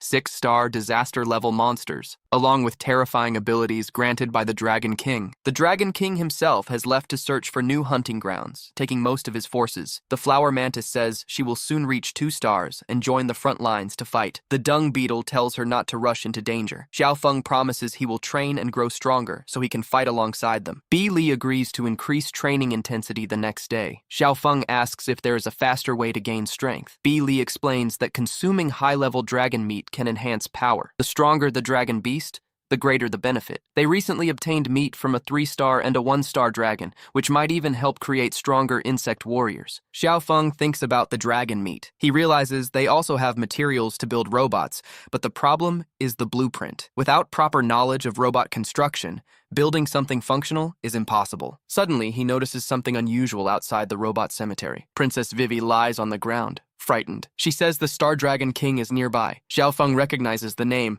This is the powerful dragon resting in a healing pool. He explains that the Dragon King has been recovering for a month and still has not healed. If it regains strength, it will become a serious problem. A dangerous thought crosses his mind. Dragon meat is incredibly valuable. He reassures the princess, telling her the dragon will not recover quickly. She clings to him, still afraid. He asks her to let go, and she apologizes. Though he acts calmly, he secretly enjoys the moment of closeness. Behind them, the old turtle that tends the healing pool returns. It pours medicine into the water, hoping to speed the dragon's recovery. However, it notices something shocking. The Dragon King's injured leg is gone. The treatment should have healed it, but instead, the injury remains. Confused, the turtle increases the medicine dosage, hoping for better results. Xiao Feng shifts into his wasp form and realizes something important. He truly cut off a piece of the Dragon King's flesh earlier. Without hesitation, he cuts a small piece and prepares to eat it. In Greystone Canyon on Eastern Sky Island, chaos is everywhere. The first defensive line has fallen. Dragons fly through the sky, led by General Tao and the Dragon Army. Female warriors of the Bee tribe lie defeated, having sacrificed themselves to protect their homeland. Meanwhile, we return to Xiao Feng's home. A bright explosion shakes the room. The little moth and her sister rush in, worried. Xiao Feng coughs but says he is fine. His power level has increased. Disaster level 2 stars, weight 5,000 tons. He explains that when he changes forms, his size also changes. Yu Yu and the moth are shocked. He looks bigger than before, proving he has leveled up. In just 1 month, he advanced 2 stars. They call him a genius, but he shyly says he only trained hard. Elsewhere, an emergency meeting is held. The Dragon Army launched a surprise attack, and the first defense line was destroyed. They request immediate help from the Wasp tribe. Bi Li and the others are stunned. Bi Li orders medical help for the wounded soldier and tells the group to prepare for evacuation if necessary. She explains that Greystone Canyon was supposed to be the strongest defense, but the Bee Queen was ambushed and injured. With reduced star armor time, the Bee Warriors lost strength. Just then, Xiao Feng arrives and opposes evacuation. He asks why they should abandon land they fought to reclaim. Bi Li replies that it is only a temporary retreat. Xiao Feng refuses. If they leave, everything they built will collapse. He orders Mao Mao and the stinky beetle to gather all insects willing to fight. Curious, Yue A and the moth ask how he advanced 2 stars so quickly. He decides to show them. Using materials from the Dragon King, he prepares a special soup made from high-level dragon meat. The insects gather to eat. Mao Mao complains the portions are small, but Wang says a small amount is enough. Bi Li tastes the soup and is shocked. As the insects eat, changes occur. The stinky beetle transforms. Disaster level 1 star, weighing 10,000 tons. Others also evolve. Dung beetle reaches disaster level 3 stars, flower mantis becomes stronger, and many insects gain combat abilities. Bi Li realizes the meat must be from a very powerful dragon, possibly higher than 6 stars. Inspired, the insects pledge to fight. They rise as an army and head toward the battlefield, whereas Mao Mao called them and said why they are leaving him. He thinks he can fly too. His stats notification shows his skills weighing 15000 tons. Bi Li questioned Insect King about any strategy he had in mind. He said the map showed a river route through Greystone Canyon for the dragon forces. By using the river fork as a natural bottleneck, the dragon beast's mobility could be restricted. Nearby villages could also provide supplies and logistical support for the Legion. Another bee noticed Insect King's uneasy expression and asked what was wrong. She reassured him that the upgraded Legion now possessed enough strength to challenge a 3-star dragon beast army. However, Insect King clarified that his worry was not about their combat ability. He feared the villages might already be destroyed before they arrived and urged them to move faster. Bi Li explains that rushing into battle with exhausted troops would result in heavy losses. She acknowledged his desire to rescue fellow insects. A commander's single reckless decision could end in disaster for the entire force. The Insect King insisted he could not stand by while his people were slaughtered. Elsewhere, the canyon village burned. A dragon beast unleashed fire while villagers fled in terror. One insect begged the dragon lord to spare his wife and child, offering to become a slave in exchange for their lives. The dragon lord, amused by the plea, granted him a cruel choice. He could save only one of them. The insect froze in horror, unable to decide. The dragon mocked him and demanded an answer. Finally, the beast declared it would consume the child. The little one screamed for help as the dragon prepared to strike. Insect King moved with incredible speed, copying Blue Wing's divine speed ability to reach the scene. He unleashed the dung beetle's powerful fist technique, striking the dragon's face with overwhelming force. The blow distorted the monster's features and sent it staggering. The Insect King caught the falling child and father, assuring them, "I have you now." The child called him the Drone King, and he ordered the villagers to escape while he handled the situation. The Dragon Lord recovered and complained, demanding to know who had ruined its mood. One dragon dismissed his words, but the Insect King declared that all celestial dragons deserved death for their actions. The dragon mocked him, arguing that a 2-star insect had no chance against their power. The sky darkened as an insect army descended. The celestial dragons shouted in alarm and ordered their forces to eliminate the villagers first. The battle erupted between 5,200 insect soldiers and 870 dragon troops. Bi Li warned the Insect King not to act recklessly and suggested he find safety. The dung beetle agreed, insisting the conflict belonged to the Legion. The Insect King apologized but declared he was no longer the coward he once had been. On the front line, an arrogant dragon noticed 2 3-star insects and assumed one must be the leader. Meanwhile, massive disaster-level creatures appeared. Sacred Wind Dragon, Crocodile Dragon, and Stegosaurus-class monsters weighing hundreds of thousands of tons. Bi Li panicked, wondering why such powerful enemies had arrived at that moment. Insect King combined Blue Wing's agility with the mantis's combat technique and launched an assault. Using his divine swift ability,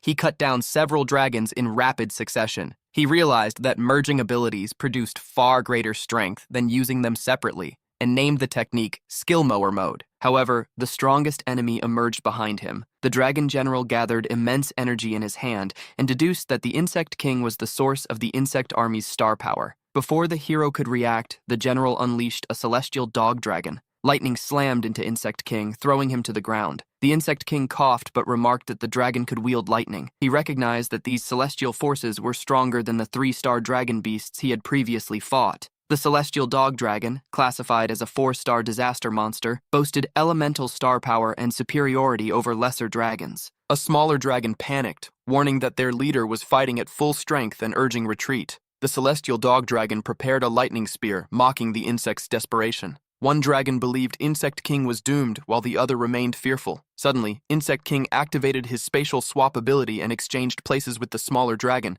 A giant dragon dominated the sky, attacking with brutal force. Mang and Man retaliated using energy lances, striking the beast. The flower mantis moved with speed, landing quick blows. Beely blocked an incoming attack from a ground dragon and countered with her lance. The dung beetle charged forward, using his armored strength to smash into a smaller dragon that tried to flank the group. The red dragon mocked their efforts, claiming insects could never harm him. The dung beetle punched him anyway. When the dragon boasted that his hide was indestructible, the beetle activated his gigantification ability and grew to enormous size. The dragon panicked, questioning how an insect could wield such power. The beetle struck him in the gut, sending him crashing into rocks. Grabbing the dragon's throat, the dung beetle ordered him to die. The beetle watched and wondered if the dragon had fled. The dragon suddenly burst from the ground and bit the beetle's arm using a phantom bite ability. Though it complained about the toughness of the beetle's exoskeleton, the beetle insisted it would not break easily. The dragon tried to twist and crush the limb, but the beetle flung him away. The dragon managed to rip a small piece of flesh before retreating into the hole, vowing revenge. The beetle realized his exoskeleton had been pierced and cursed the enemy, preparing to fight on. Beely faced another powerful dragon and could not assist the beetle. That dragon launched spines from its tail, forcing Beely to activate a star shield to block the attack. She admitted the enemy's range and strength made it difficult to fight. Elsewhere, a flying dragon mocked the insects. Man, and the mantis prepared to attack, but strong winds hindered their movement. The mantis remained focused and advanced, observing the enemy carefully. Multiple battles merged as reinforcements arrived. The mosquito, riding an armored elephant, mocked the dragons, claiming even dozens of them were insignificant. She commented on their battered condition, comparing them to 3-star dragon beasts. Despite the sarcasm, she offered to help. The mole dragon lamented the effort spent gathering elite forces only for them to collapse so easily. Furious, the 3 dragons charged toward the insect warriors. The gray-winged insect drew his sword while the colorful mosquito prepared for combat. The armored elephant rose with claws ready, telling his sister that she would taste dragon blood that day. Beely warned the group to be cautious, noting the newcomers looked reckless. The colorful mosquito reassured her, explaining that while they might be average among their own kind, they specialized in fighting dragon beasts. Beely, surprised, asked if they truly had such expertise. A dragon lunged forward, demanding to see what the insects were capable of. The gray-winged insect advanced and met the attack. The dragon unleashed a gust of wind, but the insect scoffed, calling it nothing more than a breeze. He counterattacked, cutting the dragon's neck. The dragon shouted in shock, complaining that the insect had used flight to bypass the wind and break his barrier. The dragon panicked when he realized he was bleeding. He cried out, but the colorful mosquito absorbed the blood, remarking that she wanted to experiment with 3-star dragon blood. Beely asked what she had done, while B-Man noticed her lance now stained red. The mantis observed that its blades were completely coated in blood. The colorful mosquito explained her ability, Stellar Armor's blood blade technique. Beely yelped, claiming she was a support fighter and not suited for direct combat. Beely commented that the newcomer enjoyed stealing the spotlight. She then declared her priority was protecting Insect King and finishing the battle quickly. Spinning her lance, she activated combat mode in defense of her clan. The dragon beasts prepared for the confrontation. Beely dodged an incoming attack by flying above the dragon. The enemy, startled, noticed her increased speed. As she moved, the dragon launched spines at her. Beely deflected the projectiles with her lance and shouted the name of her technique, splash/slash downward strike. She descended with tremendous force and struck the dragon's head. The dragon collapsed unconscious. Without hesitation, Beely continued piercing the defeated creature. She then turned to the colorful mosquito, signaling that the rest was up to her. The mosquito immediately drained the dragon's blood. The creature roared in protest, demanding its blood back. Elsewhere, the armored elephant challenged the mole dragon, asking if it intended to hide. The mole dragon burst from the ground, only to be struck by the elephant's attack. The armored beast laughed at the dragon's suffering and asked how it felt to experience 1,000 years of death. The dragon cursed the insect and rose in anger, vowing to crush it. Before it could strike, the dung beetle intervened, stopping the dragon's hand. The startled beast demanded to know who had stopped it, insisting it was busy. The dung beetle declared he had finally found the cowardly dragon. The dragon general, realizing he was trapped, panicked and begged for mercy. He surrendered, promising never to invade insect territory again. The dung beetle remarked, "The last person to say that is no more. 6-foot grass now covers their resting place." After the battle, he now rests atop one of the fallen creatures in the midst of a forest. He estimates that he currently holds only 2.5 stars of strength, with half of his star energy already depleted. While sitting there, he notices small insects flying nearby. He commands them to attack the dragon beasts and help in the fight. However, a large bee is struck by an electric blast and collapses. Insect King immediately calls out to them, acknowledging that everyone is fighting with all their strength. As he speaks, the source of their defeats becomes clear. The heavenly dog dragon appears before him. The dragon observes him and his defeated subordinates lying on the ground. The Insect King then taunts the beast, asking where it is aiming its attacks. He claims that his grandpa insect is over there, provoking the dragon's anger. The heavenly dog dragon tightens its muscles and calls him a brat. Insect King begins running, and the dragon chases after him. While gathering energy, the dragon demands to know where he thinks he can escape. The heavenly dog dragon fires electric beams toward Insect King, but he dodges using his enhanced speed. The dragon realizes that he is hiding within the forest to survive and acknowledges that it is a smart strategy. The Insect King replies that as long as he keeps the dragon occupied, it will be enough. He tells the dragon to save its taunts for later, and then uses his divine speed to move in an instant, appearing on the other side of the beast. Mocking the dragon's expression, he asks where it is looking. Taking advantage of the opening, he strikes the dragon's shoulder, leaving a small cut. He laughs, saying the dragon will never catch him. The dragon gathers energy and launches a powerful beam, but Insect King deflects it using his speed. The attack slices through a massive tree, cutting it in half, yet it does not harm him. The dragon comments on his impressive speed, but questions how long he can maintain it with his remaining star energy. Furious, it searches for him. The Insect King activates his colorful mosquito mode and realizes that he must weaken the dragon before the dung beetle and Sister Fangli arrive. The dragon suddenly notices its own shoulder and sees that its blood is being drained. Insect King appears on a fallen tree trunk and exclaims that he has been discovered. The dragon demands to know where he thinks he is going and rushes toward him. Realizing it is too late to change abilities, Insect King tries to evade the attack. Next, the beast uses celestial light to create a vortex of electricity that engulfs the area. It claims that no one has ever avoided this technique and challenges him to hide. The dragon mocks him, calling him a monkey and a brat, insisting that he has forced the beast to use all of its power. Still paralyzed from the attack, Insect King cannot move. The dragon grabs him by the neck and celebrates capturing him, calling him a little mouse. It announces that the battle is over and orders him to bid farewell to the world. Insect King says his goodbyes, reflecting that although his time with everyone was short, he cherished it. The dragon believes its final attack drained all of its star power, leaving it weakened. Insect King senses an opportunity and realizes he still has a small amount of strength left. He quickly shifts into dung beetle mode and activates gigantification. The heavenly dog dragon is shocked, wondering how many abilities the brat possesses. However, Insect King blocks the strike with a single hand, effortlessly stopping it. The tables have turned. He remarks that the dragon is surprisingly weak. The beast still believes itself superior and comments that blocking its claws is not impressive. Insect King recognizes that while the dung beetle transformation grants strength, it is not enough to surpass a 3-star dragon. Hand-to-hand combat alone might not be sufficient. The dragon insults him, asking what nonsense he is speaking and claiming that it only underestimated him slightly.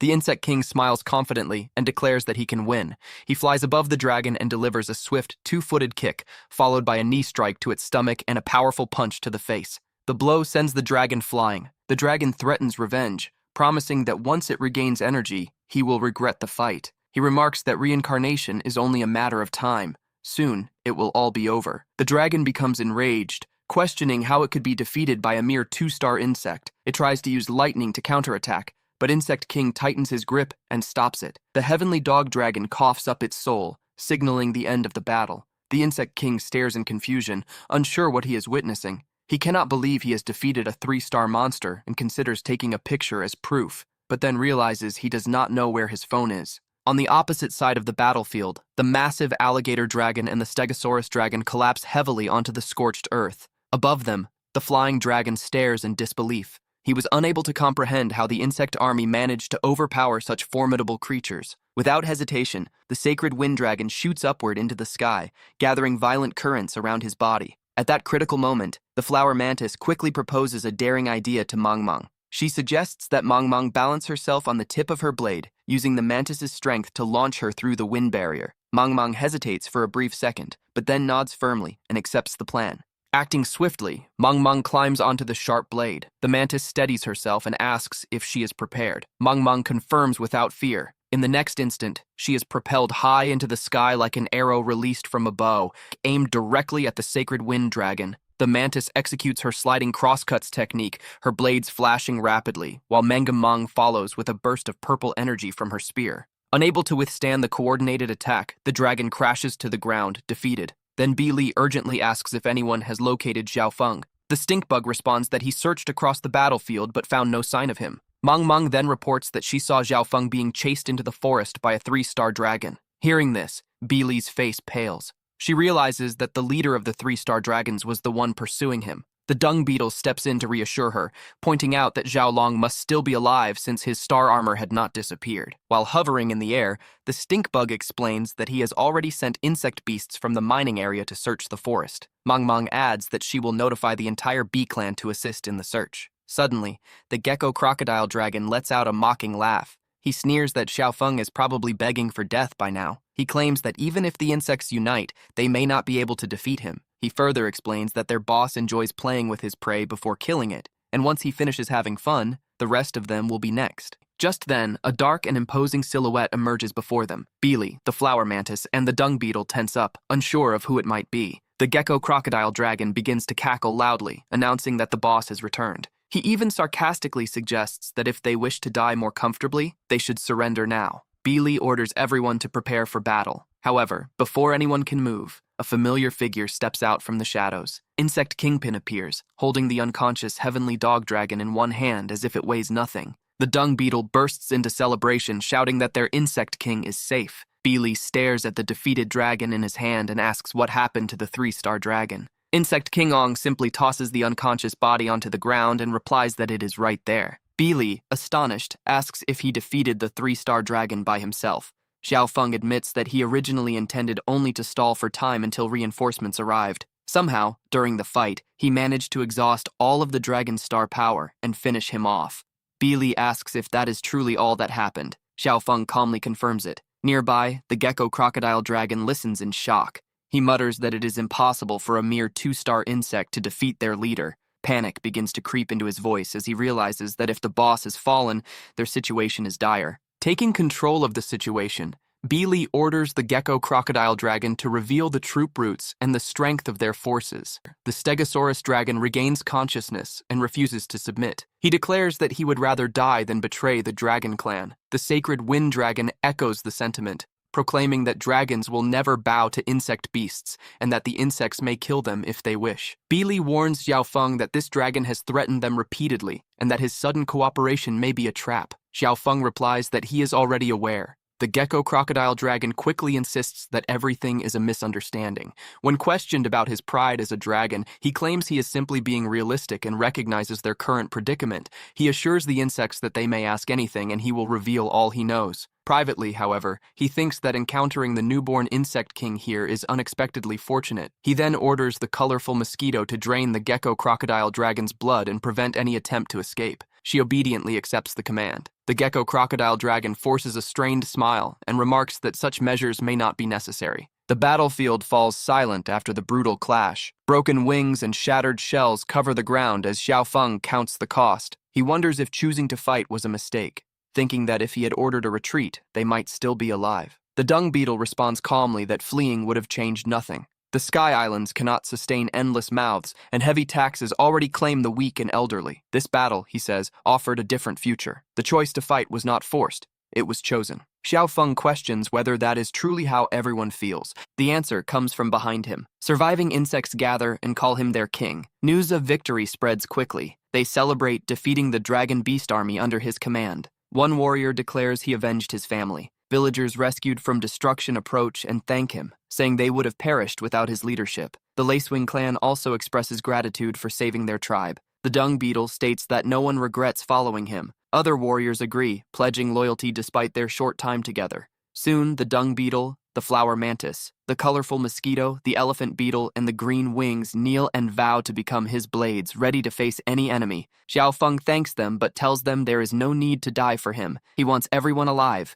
In unison, they answer, "Yes, Insect King." Life resumes quickly. An insect father asks his child what to eat for dinner, and the child happily replies with crispy fried leaves. As villagers depart, the flower mantis reflects that having family must feel wonderful. She wishes things had been different in the past, and that Xiaofeng could have descended from the sky back then as he did now. As she speaks, Xiaofeng feels a strange sensation in his mind. Without warning, his insect form fades. He transforms back into a human and is pulled into a mysterious dimension. Confused, he looks around. The scene shifts to the past. The dung beetle is training the flower mantis, ordering her to stand firm and attack without hesitation. She is struck down during practice, but rises immediately and continues. Xiaofeng recognizes them and calls out their names, yet they cannot hear him. The mantis cuts down a tree repeatedly, pushing herself harder each time. Memories that do not fully belong to him flood his thoughts. The scene shifts again to the Star Dragon Cave. Xiaofeng stands there questioning whether what he saw was a dream or something else entirely. He resumes a simple task, slicing a carrot. Meanwhile, Princess Vivi celebrates finally being able to bathe after being trapped in the cave for so long. She complains that her skin has suffered from the confinement. As she finishes, a tremor shakes the area. At the same time, Xiaofeng unintentionally releases a surge of power while cutting. The force extends far beyond the carrot, slicing through everything in front of him, even a steel wall at a distance. He stares at the damage, unsure if he truly caused it. He calls out to Vivi.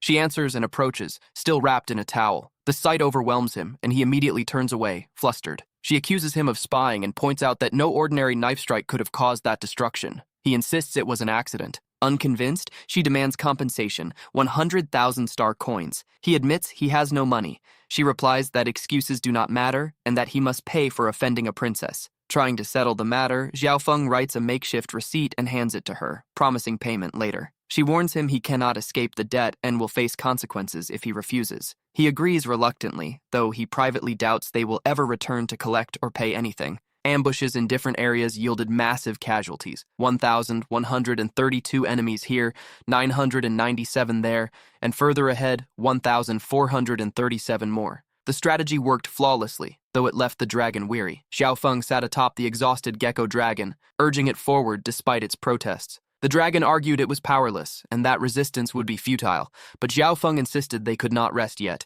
hinting that survival depended on continued effort. Flying beside him, Fengli suggested a temporary camp. The nearby dragon beasts had mostly been eliminated, and beyond this point lay the main battlefield. From atop a mountain, Xiaofeng asked Fengli about the queen bee's safety. She reassured him that the two queens would fight together and would be fine. Xiaofeng contemplated intervening, but she refused, knowing what he planned and warning that this battle was not theirs to join. Scoffing, he insisted she had not yet explained, and then promised he would only observe, staying at a safe distance. Fengli relented, allowing him to learn from afar, and Xiaofeng celebrated her approval, agreeing to follow her guidance closely. Tens of kilometers away, the Dragon Beast army marched with 15,000 soldiers toward a vulnerable village. Dragons soared above, emitting energy and causing explosions that rattled the ground.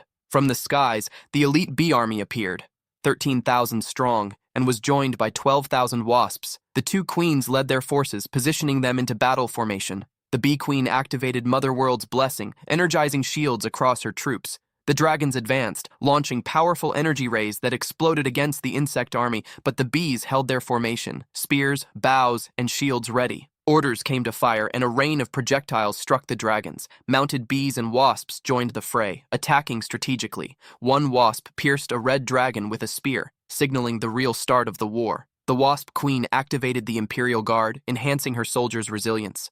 One bee was struck by a dragon claw, sustaining a wound, but it healed immediately. Explosions downed 3 dragons, leaving smaller ones stunned. Another dragon fell entirely, eyes wide with shock. From the treetops, Xiaofeng and Fengli observed the battle. He noted the dragon army was being suppressed, impressed by the coordination and elite strength of the bee army. Fengli explained that this was a seasoned force stationed at the border year-round, with both queen bees enhancing the army's power simultaneously. Their royal lineage ensured generations of trained offspring, and this was the first time both queens appeared together. She added that while the bee queen's power wasn't unmatched among insect kings, she had never lost a battle while leading a legion. Xiaofeng remarked on her incredible skill. The queen, noticing his presence, deduced his observation, and the wasp queen questioned her reaction. Fengli acknowledged Xiaofeng's proximity and remarked that after time apart, he had grown significantly. From the summit of a tall hill, the dragon general surveys the battlefield below. He spits out an insult,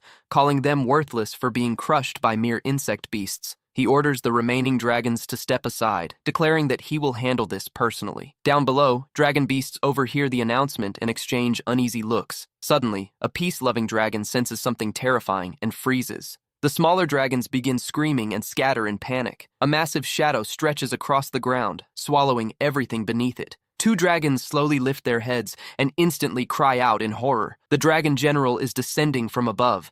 As he advances, the ground shatters under his weight. Everything in his path crushed mercilessly. Two fortunate dragons barely escape unharmed, staring in disbelief at the gigantic crater left behind. A small dragon trembles, whispering that a single hit from that monster would mean certain death, while a lizard dragon mutters that he simply wants to go home. Insect King Pang watches the general approaching the battlefield, commenting, "How can someone so massive move with such speed?" At once, the queens issue an order to retreat. Wasps and bees mounted on various insects quickly withdraw, reorganizing midair. With a thunderous roar, he activates his technique, crushing descent, and plummets directly onto the center of the bee's formation. The queen bee shouts for a convergent formation and commands everyone to focus their fire. The instant the giant lands, the entire formation releases a concentrated blast of energy at once. The combined strike detonates against him, launching his massive body backward. Moments later, a violent explosion lights up the sky. The dragon general crashes into the ground again. He mutters that dodging himself is not simple. Even so, one blast catches him off guard. Blood spills from his mouth. Confused murmurs spread through the swarm as the weapons spin rapidly in the sky, forming a circle around the wasp queen. She steadies herself and prepares to strike. One by one, the projectiles align perfectly. A torrential rain of spears shoots downward. The dragon general shields his head with his arm as countless darts slam into him, sparks and shockwaves erupting around his body. Observing from above, Bi Li frowns. She remarks that the battle seems to be turning too much in their favor. She questions what he could possibly be planning. Xiao Bi Li looks at her, puzzled, asking why she seems worried when victory appears within reach. While flying, the queen bee suddenly coughs violently. Dragon General urges her to rest, offering to handle the fight, but the queen refuses. She insists that if they fail to repel the dragons today, nearby villages will be wiped out with no survivors. Dragon General growls that he did not come merely to be beaten. With a thunderous roar, he orders his forces to attack. In response, a swarm of flying dragons emerges from the outskirts and charges toward the bee's defensive shield. At the same time, the general gathers energy in his mouth, swallowing and compressing it into a devastating blast. Inwardly, he thinks that the insects have finally revealed a weakness. He releases the attack. The beam tears through the formation. Bees and wasps cry out as they are struck. In the sky, chaos erupts. Dragons bite into the swarm, claws and energy blasts scattering the defenders. Several bees fall, exhausted. One struggles to rise, insisting she can still fight, while another clutches her wounds in pain. The wasp queen pushes herself to endure, thinking she must hold out a little longer. However, the queen bee sternly orders her to stop. The wasp queen pleads to continue, but her strength fails. She collapses midair. The queen bee screams her name as she falls, yet nearby bees react quickly, catching her before she hits the ground. Feng Li and Xiao Wang stare at the unfolding scene in shock, confused by the sudden collapse. She explains through clenched teeth that among all the insect kings, the queen bumblebee is the most compassionate. She constantly overexerts herself to repair damage within the swarm and protect others. Because of that kindness, she was previously ambushed by dragon beasts. If the bumblebee queen does not recover, then Her Majesty Feng Huang will have to personally guard the front lines. Hearing this, Xiao Feng sits quietly on a tree trunk, deep in thought. He begins to understand how heavy this problem truly is. In his mind, he compares the bumblebee queen to human technology. Suddenly, he hears someone call his name softly. He pauses and wonders if he just heard Mother Queen Wasp's voice near his ear. A moment later, the Queen Wasp appears in front of him and tells him to come along. She says she will take him to meet some uncles. They soon arrive at a dark room covered in spider webs.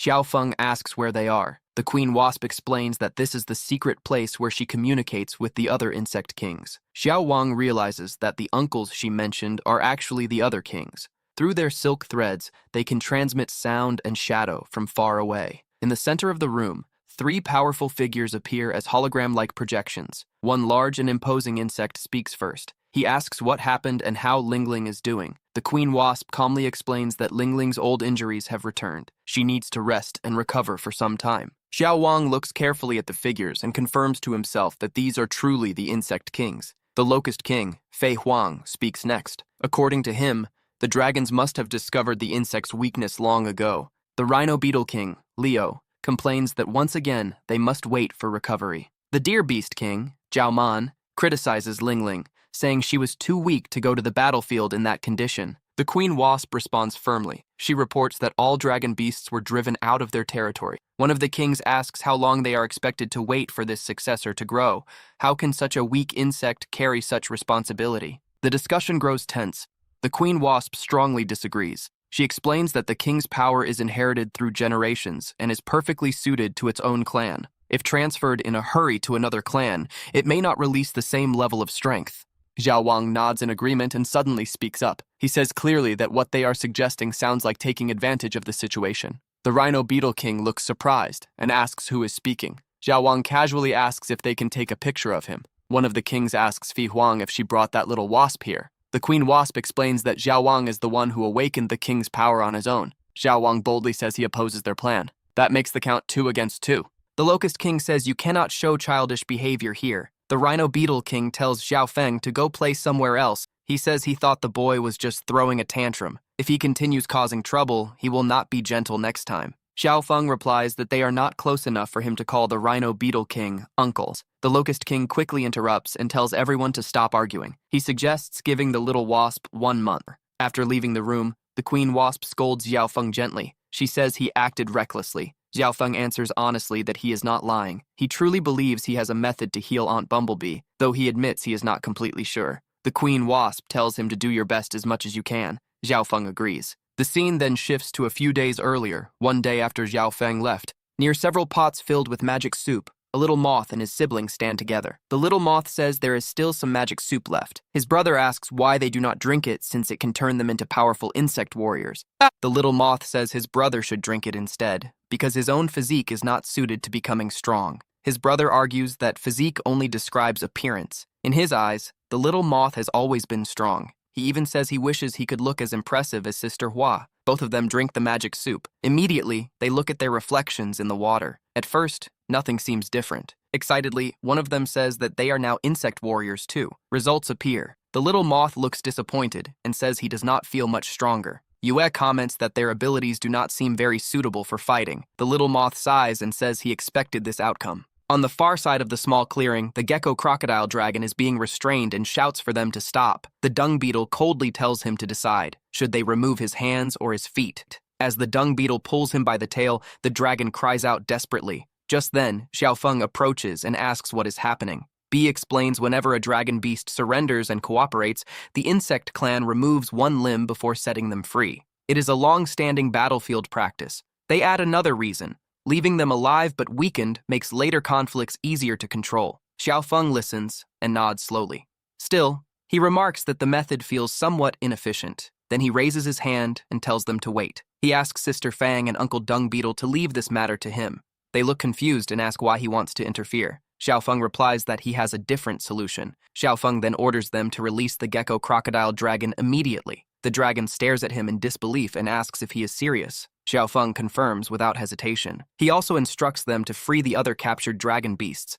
The dung beetle double-checks if that is truly his command. Xiao Feng repeats it firmly. Bi Li sighs and says they will treat this as a learning experience for him. Soon, in front of the village gate, Xiao Feng addresses the group of freed dragons. The other dragons immediately curse the gecko crocodile dragon, calling him a traitor. One small bird dragon even spits at him. Annoyed, the gecko crocodile dragon shouts that without his cooperation, none of them would have survived. Xiao Feng jokes that after spending some time together, he almost thought of him as a friend. He says parting feels unfortunate and tells them to travel safely. If they ever wish to visit again, they will be welcomed. The gecko crocodile dragon coldly denies any friendship and says that is only Xiao Feng's imagination. Still, Xiao Feng sincerely wishes him well. After the dragons leave, Bi Mengmeng asks why Xiao Feng released them when capturing them required so much effort. Xiao Feng answers calmly that if that dragon is clever, he will return soon. They exchange puzzled looks and ask who he is talking about. Xiao Feng simply says he will be busy and will not wait for him. Meanwhile, as the gecko crocodile dragon runs back,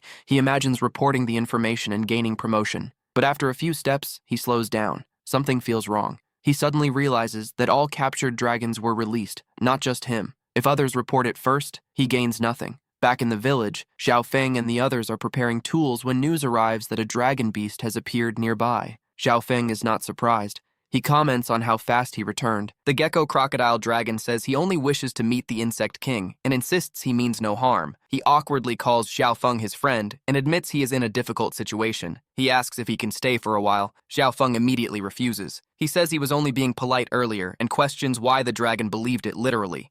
Xiaofeng turns to Sister Man and asks whether the village still needs someone to dig a water channel. The gecko crocodile dragon eagerly says digging tunnels is his specialty.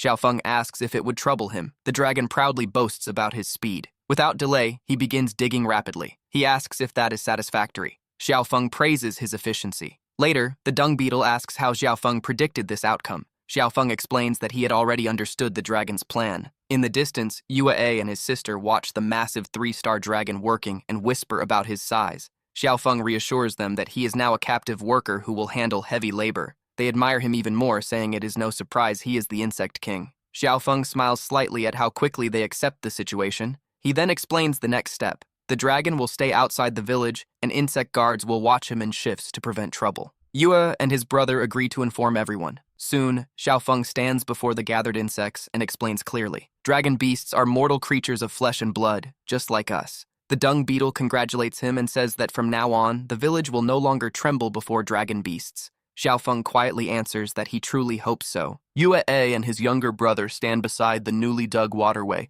staring as water rushes smoothly through the channel. They hurry toward the far end where the stream now pours directly into the farmland, flowing on its own without anyone guiding it. Not far away, several insects step into the temporary wooden house they recently constructed. Inside, Xiaofeng is busy at a workbench. Mao Mao squints and says it looks like he is crafting equipment again. The stink bug tilts his head and wonders if this is yet another invention. He mutters that lately their king seems to create something new almost every single day. The caterpillar clasps her hands dramatically and declares that it must be the blessing of the universe rewarding her constant prayers with such a brilliant insect king. Inside the workshop, Xiaofeng straightens up and announces that the latest project is complete. With these tools, he says, they should finally be prepared. He calls everyone inside. The stink bug looks around in admiration. The structure is made of wooden planks carefully fitted together. Then their eyes lift toward a massive suit hanging from above. The armor looks enormous. Mao Mao gasps and asks what it could possibly be used for. Xiaofeng calmly explains that it is a mechanical battle suit designed specifically to counter dragon beasts. Based on his calculations, once completed, it should allow him to confront even a 5-star dragon beast. However, he admits it still needs refinement. Ma Mao wanders around, noticing more devices scattered nearby. She grabs a spear and places a helmet on her head playfully. Xiaofeng shrugs and tells her she can keep them for protection since he no longer needs those earlier prototypes. The little moth shyly asks if there is something suitable for him as well. Xiaofeng strokes his chin and rummages through a pile of discarded equipment. After searching, he hands over a weapon, but it is far too heavy. The moment the moth tries to hold it, it drops on top of him, making him cry out in pain. Xiaofeng apologizes and promises to modify something lighter for his size. Soon, they set up a test, aiming at a tree trunk in the distance. The small weapon fires, and an explosion erupts against the tree. When the smoke clears, a massive hole is revealed in the trunk. Mao Mao stares in disbelief, saying she cannot believe such destructive force came from something so small. The little moth beams with excitement, thrilled by the power in his hands. Xiaofeng nods, but says they should increase the challenge by using moving targets next. The little moth eagerly agrees. Xiaofeng reminds him to stay calm. Wooden targets begin sliding swiftly between the trees. One by one, the little moth fires. Every single target is struck, even those hidden behind trunks. Xiaofeng blinks in surprise and asks how he managed to hit what he could not see. The little moth explains that after becoming an insect warrior, he awakened special abilities, an X-ray-like vision. He adds modestly that he never thought they were particularly useful in battle. Xiaofeng stares at him in shock. Seeing through solid objects is far from useless. He paints a scenario. Hide where the enemy cannot detect you. Shoot from concealment. Camouflage yourself, then relocate before they can react. What would the opponent do? Suddenly, Xiaofeng senses something unusual. Later, in the forest, Yui complains that he is hungry. Xiaofeng, observing in astral form, realizes the matter now concerns the little moth. The moth promises that once he drops Yui at home, he will immediately search for food. He leaves Yui at the doorway and heads into the forest alone.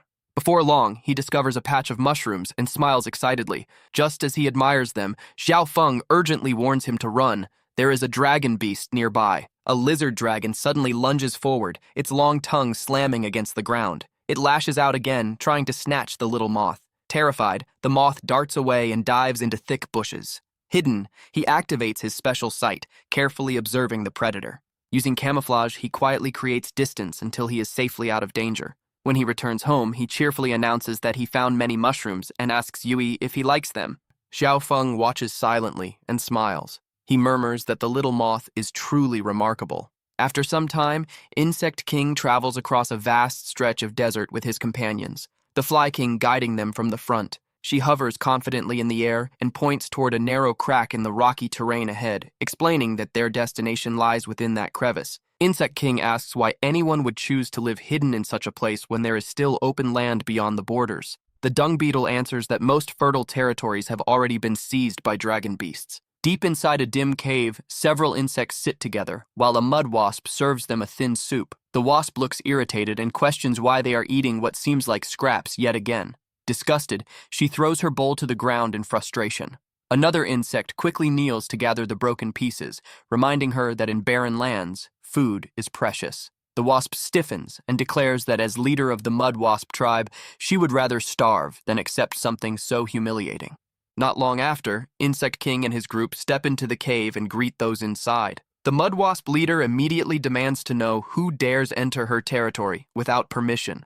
With calm authority, Insect King introduces himself as their king. The dung beetle adds that it has not been long since they last crossed paths. The leader recognizes the beetle, but makes it clear that recognition does not mean submission. Even in hardship, she refuses to bow under threats. The Insect King explains that he has not come to intimidate them, to leave this desolate place and pursue a better future. The wasps exchange uneasy glances at his proposal. The leader responds coldly, implying that if he has already walked this far, perhaps he should remain and accept their hospitality.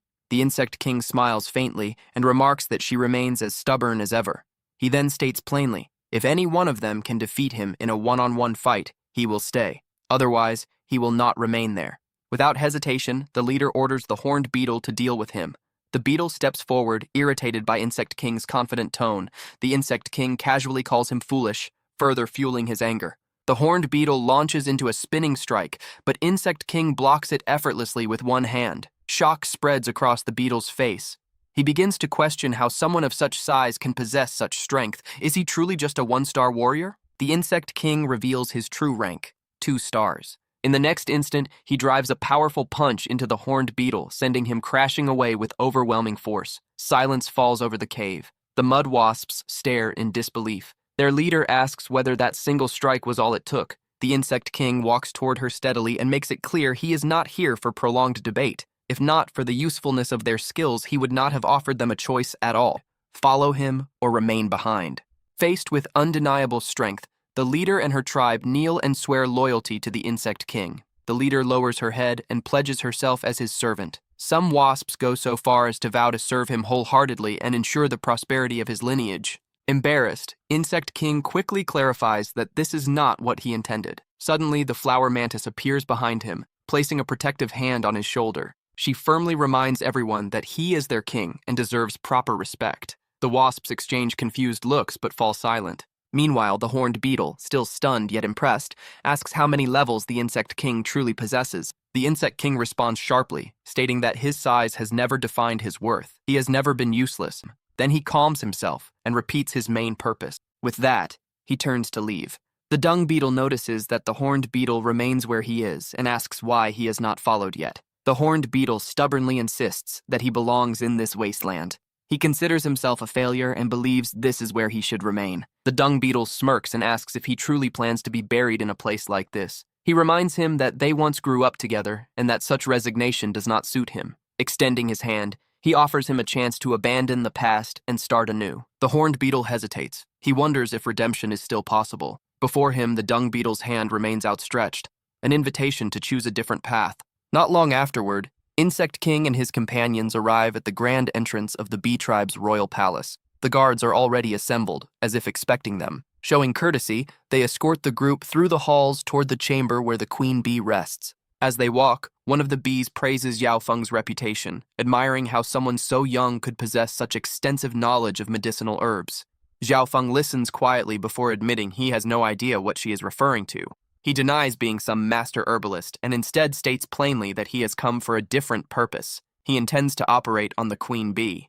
They ask what exactly he means by operate. Xiaofeng explains that it is a physical procedure. The injured area must be opened, the damaged parts treated directly, and afterwards stitched closed using a needle. His explanation only deepens their anxiety. Tension rises. Without further discussion, the agitated bee orders Xiaofeng and his group out of the palace. They are forced outside, landing on the grass near the entrance. The little moth and Yui rush to check on Xiaofeng, asking whether he was hurt in the fall. The guards approach once more, firmly stating that the queen bee does not require such treatment and politely instructing them to leave. When Xiaofeng does not immediately depart, their tone grows sharper, warning that they will use force if necessary. At that moment, the bee princess appears from within the palace. She watches the scene unfold and demands an explanation. She had heard that the wasp king arrived to treat her mother, so why is he being expelled? One of the bees explains indignantly that Xiaofeng proposed cutting open the queen and stitching her back together. The princess pauses, repeating the strange word to herself. Surgery. After a brief moment of thought, she orders the guards to bring Xiaofeng back at once. Meanwhile, Xiaofeng is already flying away, muttering in frustration. He cannot understand how such a perfect plan resulted in being thrown out. Suddenly, the bee princess catches up and calls for him to wait. With polite composure, she asks whether he has ever performed this procedure before. Xiaofeng answers honestly. He has only practiced on small animals. The princess presses further, asking about the results. He replies that the success rate is roughly 80%. Rather than recoiling, the princess's eyes brighten. She asks him to return and perform the operation on the queen bee. Xiaofeng agrees without hesitation. Other bees attempt to stop her, questioning whether she truly intends to entrust the queen's life to him. The princess calmly reminds them of the long-standing bond between bees and wasps. Her voice firm, she commands them to step aside. This is the only viable method left. The uncertain bees exchange glances, but ultimately obey. The princess leads Xiaofeng and his companions into the royal chamber. Inside, the queen bee lies motionless upon her bed. Xiaofeng observes that she appears to be merely asleep. The princess turns to him and places her trust in his hands. He nods confidently and instructs everyone to prepare. The procedure begins immediately. Xiaofeng orders the little moth to sterilize the instruments. Yui confirms she is already handling it. Drawing upon the abilities of both the moth and the mud wasp, Xiaofeng shifts into a focused surgical mindset. First, he administers an anesthetic toxin to ensure the queen feels no pain. Then, using the moth's special vision, he examines the internal damage carefully. Once he identifies the affected area, with steady precision, Xiaofeng makes a controlled incision. Yui gently wipes the sweat from his brow while the moth holds a tray nearby. Piece by piece, Xiaofeng removes the harmful fragments embedded within the queen's body and places them aside. When it comes time to close the wound, he utilizes Yui's weaving ability to prepare delicate sutures. Yui gasps, surprised that her skill can be used in such a way. He then glances at a small vial, admitting that his technique is still imperfect. Achieving complete success depends on one final step. From the vial, he pours a restorative liquid drawn from the dragon spring over the treated area. He explains that as long as infection does not occur, a few days of rest should allow full recovery. The bee princess thanks him sincerely. Xiaofeng, however, responds that she deserves the real credit. Without her courage and support, the operation would never have happened. She modestly replies that she merely fulfilled her duty. Soon, Xiaofeng and his companions bid farewell and depart. As the princess reflects on what just occurred, she realizes how far insect society has progressed. Meanwhile, Xiaofeng admits to himself that he is equally surprised to encounter someone within the tribe capable of understanding such methods. Without further delay, the princess rushes back into the chamber. She calls out softly to her mother. The queen bee's eyes flutter open. Overcome with relief, the princess cries out, "Mother!" and embraces her tightly. As the queen bee slowly regains consciousness, fragments of memory drift back to her. In her mind, she sees flashes of the delicate procedure. Elsewhere, inside the dragon hideout, Vivi asks for another bowl of food. Xiaofeng glances at her and asks teasingly whether she is in such a cheerful mood because something good has happened. She simply finds the meal delicious. Xiaofeng casually replies that he learned these skills from his mother. Shaking off the distraction, Xiaofeng announces that the mechanical armor project is nearly complete. Only final adjustments remain. Once testing is done, they will finally be able to leave this place. Vivi Wei's eyes widen at the news. She eagerly asks whether they will depart tomorrow or perhaps within a week. Xiaofeng corrects her expectations. Operating such advanced armor is not simple. They have no prior experience piloting it. She nods enthusiastically, though she secretly believes there is still time before departure. Soon afterward, Xiao Feng enters the simulator to test the armor system. Within the virtual battlefield, he engages multiple dragon beasts. Despite his effort, he is eventually overwhelmed. The screen flashes the message, "You died." His score reads 335. Vivi peeks at the display and asks if he failed again. Xiao Feng admits that maneuvering the armor is far more difficult than he anticipated. She then offers to try. As he begins explaining the controls, Vivi barely listens, distracted by how close he stands beside her. Blushing slightly, she assures him she remembers everything. Inside the simulator, she takes control. One by one, the dragon beasts are defeated. She beams with excitement and announces her victory. Xiao Feng stares at the score in disbelief. Even experienced pilots struggle to achieve such results. He wonders if she might be a natural prodigy. With her talent, perhaps they need far less training than expected. As she leaves the room, Xiao Feng watches thoughtfully. She was once desperate to escape this place, yet now that departure is near, she seems troubled. He cannot understand why. Meanwhile, at the insect headquarters, generals gather around Queen Ling Ling, congratulating her on her recovery. The queen thanks them calmly, though she notes that their tone feels unusually considerate. With the 5 original kings reunited, a new insect king rising, and a dragon general severely wounded, the moment is unprecedented. It may be the greatest opportunity in a century. The bee queen asks if they truly intend to act now. The wasp queen questions whether it might be premature. Xiao Feng, puzzled, demands clarity about what they are planning. A yellow-armored general finally states it plainly.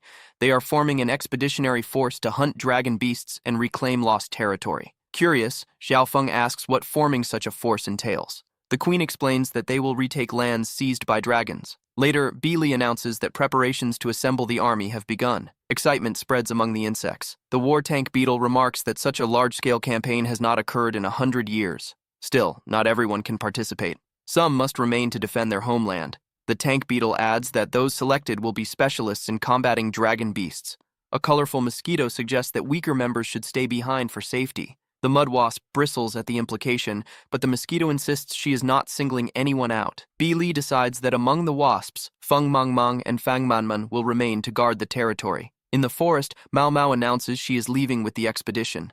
Xiao Feng asks whether she truly intends to go. Behind a tree, the gecko crocodile dragon overhears the news and grins, believing it works in his favor. Suddenly, Xiao Feng appears behind him and calls out his name. He explains that he has already discussed the matter with Sister Fang Li. There will be no need for the dragon to rely on luck. He may accompany them directly. The dragon blinks in disbelief. Leaders and elite warriors gather in great numbers, filling the assembly grounds with a powerful and determined presence. At the forefront stands Fei Huang, who thanks everyone for answering the call. Once the murmurs settle, he delivers a passionate speech. B.I. Li elaborates. The Rhino Beetle King commands the Titan Legion. Then there is Commander Golden Helmet, whose troops have already slain 5 level 5 dragon beasts and 11 level 4 enemies. She continues with the Deer Queen's direct army, the Feral Legion under Fuzilla's command. Finally, she mentions the Wasp Queen's army led by Commander Fang. Soon, a strategic map is unveiled. It reveals that the Grasshopper King's main army will advance straight into the heart of dragon territory. Several wasps whisper among themselves. They wonder if the young figure nearby is the famed protagonist, Xiao Feng. Fang Li greets Fang Dingding with unusual shyness, remarking that it has been a long time since they last met. Xiao Feng silently questions whether this is truly the same bold warrior he knows. Fang Dingding mentions she had heard Fang Li was assigned to guard the new insect king. Fang Li responds firmly that she has complete faith in him. Shortly afterward, Princess Vivi asks him to wait and invites him into the forest for a private discussion. Their companions watch curiously, speculating about what cannot be said openly. Some mischievous onlookers even hide among the trees, imagining that a confession might be about to occur. As they walk deeper into the woods, Vivi hesitates, struggling to find the right words. Meanwhile, Xiao Feng misinterprets the situation. He may finally receive a heartfelt confession. However, his hopes are abruptly crushed when the princess reveals that she already has someone she likes. Stunned and disappointed, he struggles to respond. She then asks him for a favor. If their clans ever propose a political marriage alliance, she hopes he will refuse it on her behalf. Emotionally drained, Xiao Feng quietly says he understands. After she leaves, he collapses beneath a tree, overwhelmed. Mao lays down him on his leap and says to lessen his burden. Undeterred, she explains that love requires enduring hardships before finding the right person. Drawing from her own experiences, she admits that many once thought she was not beautiful. Though Xiao Feng remains mostly silent, Her words ease his heart slightly. He thanks her for the metaphor, before excusing himself to find a quieter place. Startled, Ma Mao shouts that she had not intended it as a metaphor at all. Their insect companions laugh, while the stink beetle jokes about whether someone her size can still undergo metamorphosis. Irritated and flustered, she fumes at their remarks. Far away, their crocodile dragon ally works tirelessly on a construction project. He grumbles about being forced into manual labor by Xiao Feng and complains about wearing a collar like a slave. Xiao Feng calmly explains that the collar is only a precaution to distinguish him from hostile dragon beasts. He assures the dragon that the measure is temporary and asks him not to take offense. The gecko dragon replies sarcastically that he is, of course, grateful. The little moth notices a box he is carrying and asks about its contents. With clear pride, the dragon reveals his completed creation. Using a touch of magic, he unveils a newly crafted warrior armor, his first mechanical battle suit. He declares that the upcoming expedition will be the perfect opportunity to test his invention in real combat. The insect warriors, fully armed and prepared, declare that the long-awaited battle is about to begin. Without hesitation, the insect forces surge forward, challenging their enemies to fight to the death. Amid the chaos, Mao Mao boldly proclaims that the dragon beasts are nothing extraordinary. Watching the display of strength, Fang Li excitedly remarks to Commander Fang Ding Ding that even a one-star insect warrior has managed to defeat a two-star dragon. By the third day of their march, the wasp army separates from the main force and speeds northwest with remarkable swiftness. Any dragon clans encountered along the route are eliminated before they can properly react. After surveying the surrounding territory, the Fly King reports that the area within several hundred kilometers has been thoroughly scouted. About 50 kilometers ahead lies a massive dragon beast clan known as the Iron Spine Dragons. Even more alarming, at least 30,000 ordinary insect beasts have been captured there and forced into labor, carving enormous statues. The commander immediately recognizes the gravity of the situation. Xiao Feng interrupts firmly. Those are tens of thousands of lives.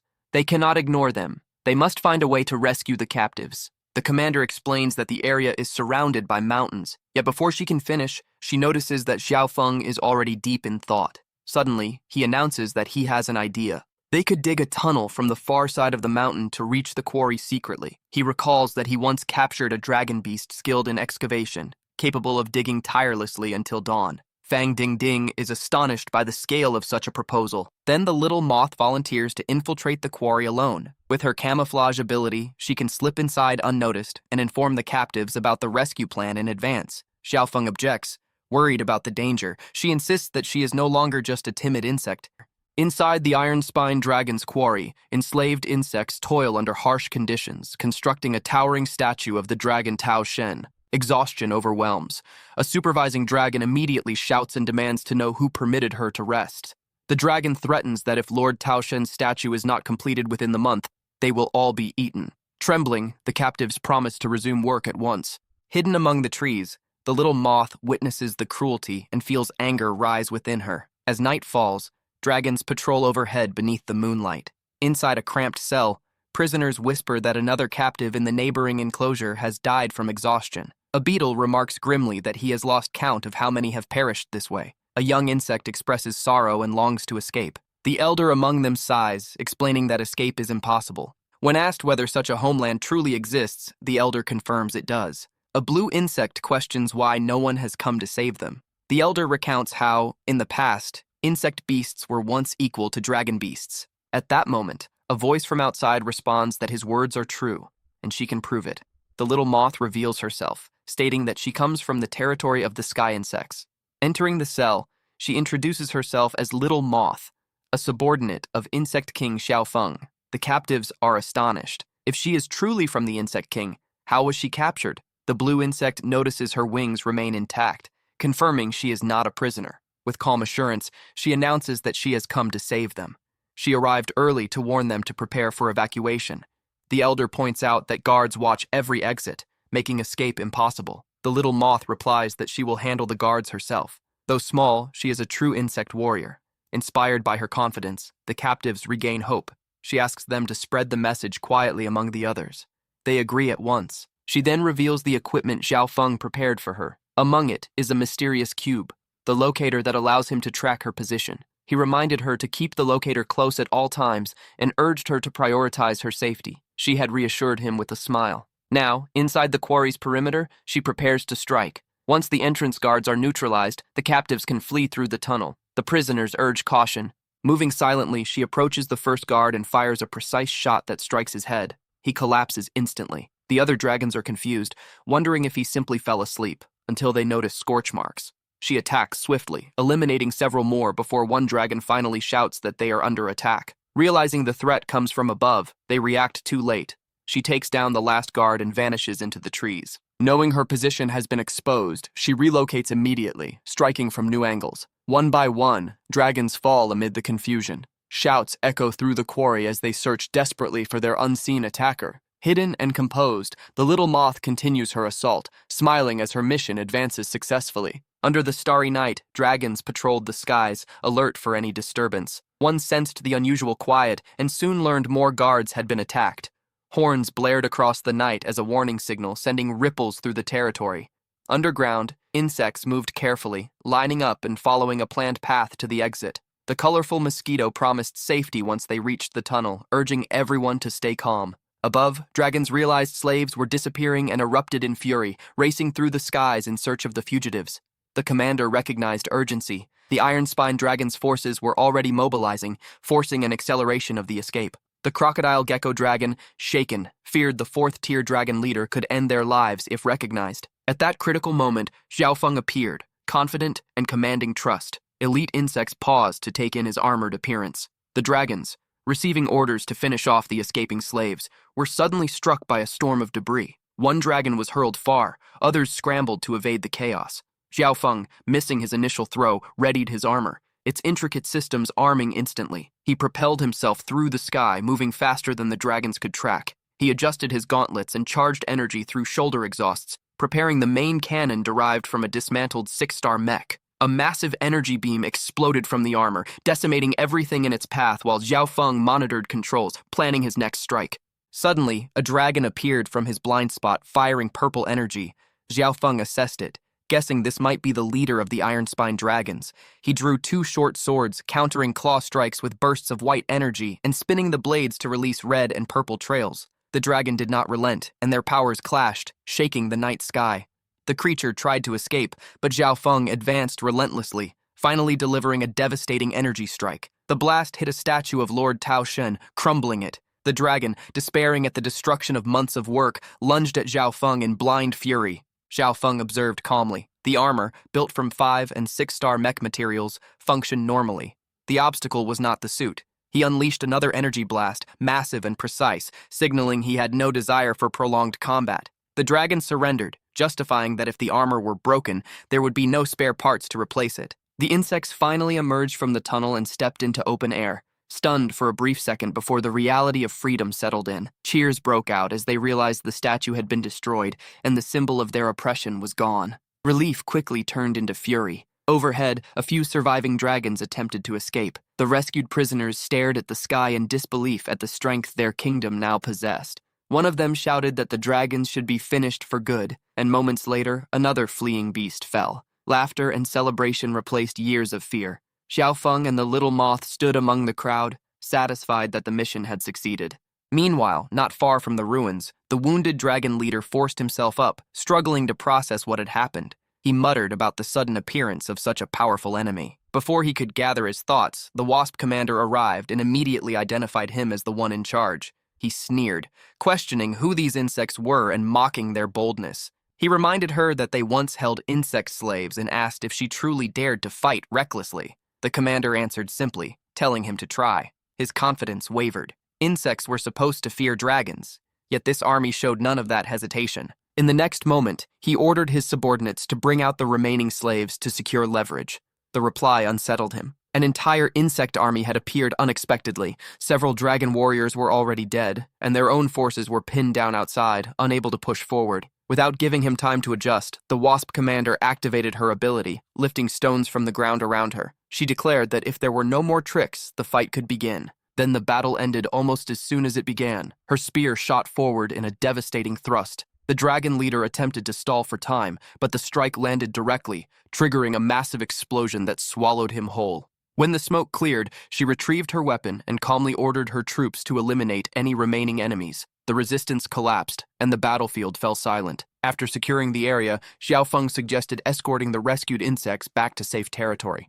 The Wasp commander agreed, explaining that marching deeper into hostile land with non-combatants would slow them down. Some warriors objected, insisting they had come to conquer, not to escort. Fang Li supported the commander's caution, pointing out that entering deeper enemy territory carried unnecessary risk. Xiaofeng questioned her stance, but she clarified that if news spread about a 2-star insect king within their ranks, dragon forces would respond aggressively, and she could not guarantee his safety. He rejected the idea of being protected. Soon after, the chief proposed a solution: send the rescued insects to Xiaofeng's territory as his followers. As a king, he could not ignore them. The suggestion placed responsibility squarely on him. After a brief hesitation, he accepted. Leadership now meant more than personal strength. A week later, during a rest period, Xiaofeng complained that everyone treated him as fragile. He questioned what was so impressive about being 2-star, reminding them he had already killed a 3-star dragon beast. He sought agreement from the flower mantis, only to learn she had evolved to 3 stars 2 days earlier. The revelation left him frustrated and silent. Soon afterward, several wasps flew past toward the border. Curious, Xiaofeng followed discreetly and overheard their report. They had encountered persistent enemies, supplies were running low, and they were requesting support from Feng Li. Without hesitation, Xiaofeng stepped forward and offered help, stating that allies should support one another. He argued that delivering supplies would not interfere with their larger objective. Feng Li reminded him they still had assignments to complete, but he countered that they were already near the border, and a small group could manage the escort. He added that once they returned to the main battlefield, decisions might no longer be his to influence. After a pause, she agreed. Shortly after, a squad of warrior wasps engaged a group of toads blocking the route. Arrows rained down as the toads retaliated with bursts of energy. The clash intensified until Cheeky prepared her special technique, Rain of Arrows. Multiple arrows launched at once, striking with explosive force and tearing through enemy ranks. Several toads fell instantly. Their leader acknowledged her strength but warned that she was fighting within his territory. He then ordered a retreat toward the misty forest. As the toads withdrew into the haze, Cheeky muttered about their constant attempts to escape. With the supplies secured, the princess thanked Xiaofeng for delivering the food, while warriors carried boxes and barrels toward the camp. He reflected on the alliance they had formed and suggested that true cooperation meant solving the root problem together. If dragon beasts were causing shortages, perhaps they could become a food source instead. The princess hesitated at the practicality of that idea, but the Wasp commander dismissed the enemies as nothing more than tricksters relying on poison and ambush. Xiaofeng offered to assist in clearing them out, yet Cheeky refused, stating that as a general she could handle the matter within days. Still, she added that since he had provided supplies, she would allow him to follow and claim some merit. The princess immediately corrected her tone, reminding Cheeky that he was an insect king and deserved respect. Pressured, Cheeky muttered a brief apology. Xiaofeng accepted it without prolonging the moment, though inwardly he questioned how a king like him seemed to command so little dignity. As the camp quieted, Xiaofeng and the princess found themselves alone. The silence stretched awkwardly before he casually asked what kind of insect she admired. She began listing qualities: someone dependable, clever, skilled in crafting devices, good at cooking, and above all, someone who once saved her life. Xiaofeng listened, assuming she spoke of someone else, and dismissed the description as nothing extraordinary. He claimed any capable insect could do the same. Finding the atmosphere stiff, he suggested a short flight to survey the surroundings, and she agreed. They soon flew over a rocky gorge. Ahead lay the territory of the poison arrow dragon frogs. Xiaofeng noticed several dead frogs floating in the river below and asked what had happened.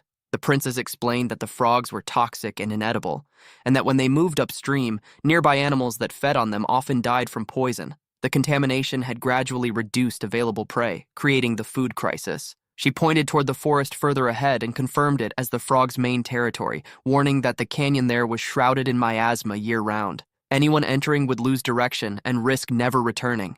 Xiaofeng studied the flow of the river and calmly said he had a way to deal with them. When she asked how, he replied with a question of his own. What if they built a dam upstream? The scene shifted to the Wasp army's tents. 2 warriors stood guard as Xiaofeng entered to speak with Cheeky. She was resting but demanded he be quick, claiming exhaustion from days of combat. Xiaofeng stated he had a strategy to strike the frogs decisively and end the supply problem. Cheeky brushed him off, insisting that poison arrow dragon frogs were minor threats and that she would handle them herself. The accompanying warriors supported her view and suggested he leave battlefield matters to experienced fighters. Xiaofeng requested a minute to explain and began outlining the plan. Construct a dam upstream to collect rainwater, then release it at once to flood the miasma-covered canyon and flush the frogs from their territory. Frustrated but controlled, he left the tent. Outside, the princess apologized for the general's attitude, yet Xiaofeng waved it off. Realizing no one intended to support his proposal, he decided to act independently. He summoned his ant general and the dung beetle commander. Without delay, the ant struck the canyon wall, breaking stone into workable chunks. His companions soon joined, gathering rubble and transporting it to a narrow section of the gorge. The crocodile gecko dragon hauled additional stones, unloading them steadily as the structure began to rise. Days passed in continuous labor. Rocks were stacked, gaps sealed. At last, the dam stood firm across the gorge. Exhausted but satisfied, Xiaofeng thanked everyone for their effort. Soon after, dark clouds gathered overhead. Rain began to fall steadily, then heavily, drenching the canyon. Water flowed down from higher ground and collected behind the newly built barrier. After some time, Xiaofeng noticed distant flashes of explosions and confirmed that the battle had resumed. Raising his binoculars, the wasps were still clashing fiercely with the poison arrow dragon frogs, the situation largely unchanged. He concluded that the stalemate would continue unless he intervened. Turning to Fang Li, the dung beetle, and the flower mantis, he ordered the operation to begin. The three launched simultaneous strikes at the dam. The dung beetle smashed forward with brute force, Fang Li followed with her halberd, and the mantis delivered a precise cross-cut. Their attacks collided with the thick stone barrier, but the structure barely fractured. Momo questioned whether they had made it too solid. Xiaofeng admitted the thickness had been necessary to hold the water, yet now it worked against them. For a brief moment he reconsidered, realizing he had overlooked this difficulty. Then he devised another method. He called the crocodile gecko dragon and demanded its collar. The creature approached, unaware of his intent. Xiaofeng tossed the collar into the water near the dam's base. As it sank, a red glow flickered beneath the surface. Without hesitation, Xiaofeng activated a detonator. A massive underwater explosion erupted, shaking the canyon and tearing a breach through the dam. The crocodile gecko dragon froze at the realization of what might have happened had the device still been around its neck. Water burst violently through the opening, transforming the calm reservoir into a raging torrent. Xiaofeng assured the trembling dragon he would make a new collar, then ordered everyone to prepare to withdraw as the flood gathered force. Chi-Chi and the warrior wasps continued their aerial assault. Energy bursts collided with toxic counterattacks from the frogs. The frog leader observed that the wasps, supposedly short on supplies, still fought with determination. Confident in the terrain advantage, he believed victory was only a matter of time. Suddenly, a distant roar echoed from the river's direction. Both sides paused. Moments later, frogs along the riverbank stared in disbelief at a wall of water surging toward them. The flood swept into the canyon with overwhelming speed. Xiaofeng and his group flew above the torrent, commanding a full assault against the disoriented enemies. A gigantic wave crashed forward, scattering frogs in every direction. Some were dragged away instantly, unable to resist the current. Panic replaced their earlier confidence. Xiaofeng, encased in his armor, instructed the wasps to focus on enemies attempting to hide among the trees. Energy beams cut through branches as the frogs struggled to regroup. Princess Wei, watching from above, finally noticed the full structure of Xiaofeng's armor. Soon, a wasp reported to Chi-Chi that the main enemy formation had been defeated and asked for further orders. She immediately commanded pursuit into the forest, determined to eliminate the survivors. Wei cautioned that fighting deeper within the woods might be risky, but Chi-Chi dismissed the concern and advanced without hesitation. Inside the dense forest, a concealed dragon frog launched a sudden ambush. Its sticky tongue lashed out and coiled around Chi-Chi before she could react. The accompanying wasps shouted in alarm. Xiaofeng, still airborne in his armor, activated his thrusters and surged forward. Through the visor, he identified the captured commander and locked onto the frog. Chi-Chi struggled to ready her bow, but found the position too restrictive. The frog tightened its grip, gloating over capturing the enemy general. Her strength began to falter. In the next instant, a concentrated energy beam sliced through the frog's tongue, severing it and freeing her. Xiaofeng darted in, catching her mid-air before she fell. Chi-Chi steadied herself and offered a brief thanks. Xiaofeng responded that allies protect one another. Her pride flared at the implication, and she insisted on being released immediately. Once clear, she turned her attention to the fleeing frog. Drawing her bow, she infused it with intense blue energy and declared the enemy would not escape. The dragon frog leaped desperately through the trees, believing distance meant safety. A blue arrow streaked across the forest at impossible speed and pierced straight through its chest. The creature collapsed before it could comprehend what had happened. Chi-Chi lowered her weapon and stated coldly that the lesson should not be forgotten in another life. Chi-Chi demanded to know her purpose there. The answer was simple. She had arrived under direct orders from the Grasshopper King. In a flash of pink light, Bush Cricket vanished and reappeared beside Chi-Chi, delivering urgent news. Dragon Beast troops had split into two groups, and one would soon intersect with Chi-Chi's forces. The Dragon General's exact location remained unknown. Fearing Chi-Chi might struggle alone, the Grasshopper King had sent reinforcement. Bush Cricket requested to travel with them for a few days. Chi-Chi rejected the idea, suspicious of her motives. The Pink General responded by creating blue energy clones and teasing her short temper. Princess Wei intervened, warning Chi-Chi to calm down, or she would report the behavior to the Queen Mother. Reluctantly, Chi-Chi yielded and allowed the guest to stay, though she made it clear she would not take responsibility for any trouble. Wei apologized for the tension, and Bush Cricket brushed it off, calling it a friendly rivalry. She recognized the princess as the future queen and commented that Chi-Chi was fortunate to have such charming companions. The princess accepted the compliment but kept her distance when the general grew overly familiar. Seeing the discomfort, Xiao Feng stepped forward and offered an alternative. He invited Bush Cricket to stay at his own camp nearby instead. She accepted at once. Xiao Feng introduced himself formally as the new insect king of the Yellow Wasp tribe and asked her to call him Xiao Feng. He noticed her curiosity. She admitted she expected someone more imposing. He replied that becoming king had been an accident. Privately, he calculated that having a 5-star warrior nearby would make it harder for others to restrict his movements. Calling Sister Moth Ewer, he instructed her to take care of their guest during her stay.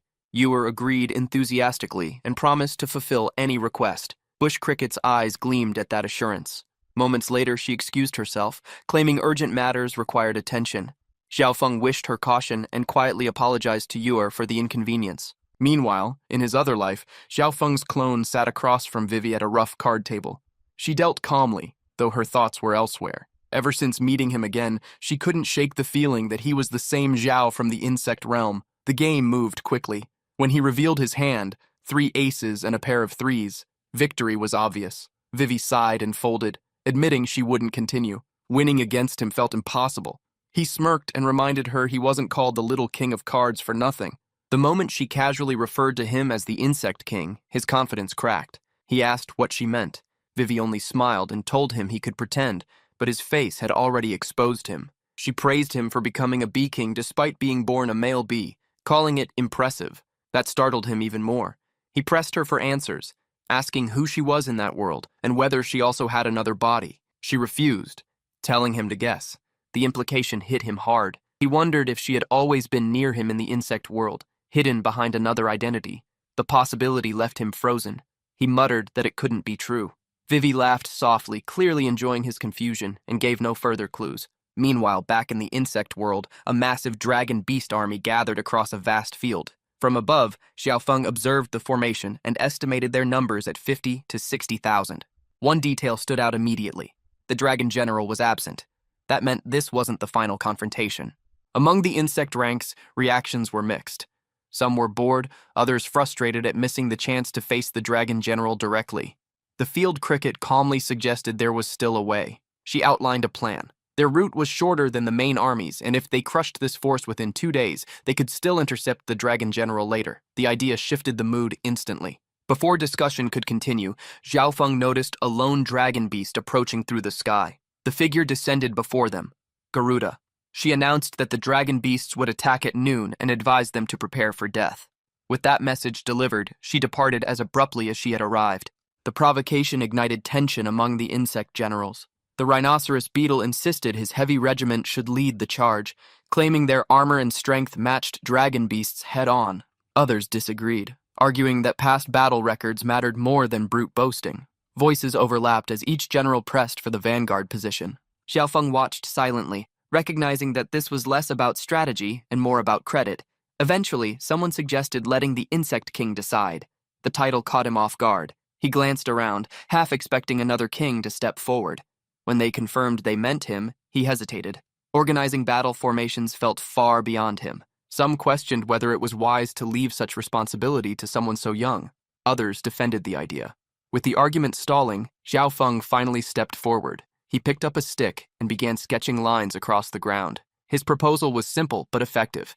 Instead of fighting for the front, they would spread their forces so all units could engage simultaneously. No single regiment would monopolize the glory. One general noticed her army positioned in the rear and demanded an explanation. Xiao Feng replied briefly that her long-range power would be more effective from there, allowing her to eliminate more enemies safely. The logic was sound. She accepted. The rhinoceros beetle burst into loud approval, praising the young king and admitting he had misjudged him. Xiao Feng endured the congratulatory enthusiasm with quiet discomfort, but felt relief as the generals finally settled. The formation was decided. Elsewhere, the Earth Shark stood beside Garuda atop a towering dragon. At noon, he rose and addressed his army, declaring the feast had begun. The dragon beasts answered with a unified roar before surging forward like a tidal wave. On the opposite side, the insect forces moved into position. Orders rang out to prepare, aim, and advance. Units spread according to Xiao Feng's formation, ranged attackers holding the rear while heavy forces braced for impact. Within moments, the two massive armies collided. The battlefield dissolved into chaos as dragon beasts and insect warriors crashed together in a brutal opening clash. The battlefield erupts in a chaotic clash as the reptilian dragon beasts initially overwhelm the smaller insect warriors. The tide quickly turns when the insect commanders, powerful humanoid insect hybrids, step onto the field to observe the carnage, coolly noting that while the dragon beasts are physically imposing, the true outcome of a battle is decided only by the strongest individuals. A group of elite enemies, asking about the commander of the insect army. Also, armored serpents demanding that the insect commanders come out to meet their deaths. The insect leaders analytically calculate how to divide the 7 elite foes among their own 4 primary fighters. A formidable insect archer draws a massive recurve bow, her eyes cold as she prepares to thin the enemy ranks. She releases a devastating star rain arrow technique, filling the sky with streaks of lethal blue energy. The glowing projectiles rain down, detonating upon impact and scattering the dragon beasts in a series of violent explosions. Amidst the smoke, a heavily armored insect warrior hauls back a massive spiked flail with overwhelming physical strength. With a roar, he executes a 1,000,000 heavy hammer strike, swinging the colossal iron ball downward. The flail slams into the earth, the sheer force shattering the ground into a web of deep craters and sending beasts flying. An insect-like leader is calling his army of monsters to go into battle. Paralyzed by the display of power, the dragon beasts can only watch in terror, realizing dawning that these mere insects possess godlike strength. A high-ranking insect commander surveys the carnage from above, her presence alone forcing the panicked monsters to consider a desperate retreat. The beasts compare her massive stature to that of a dragon general. Standing tall amidst the retreating enemy, a final insect warrior glows with a fierce red aura, refusing to give the survivors a single moment to breathe. The avian warrior dismisses his opponent's massive size as a mere bluff, confident that the display lacks any real substance. Igniting his berserk technique, the warrior's muscles swell as a golden, rhythmic energy begins to radiate from his chest. A powerful female warrior questions the identity of the fallen opponent before her. The avian fighter lies sprawled among shattered boulders. An insect clicks his jaws in frustration because the number of casualties is tragically high.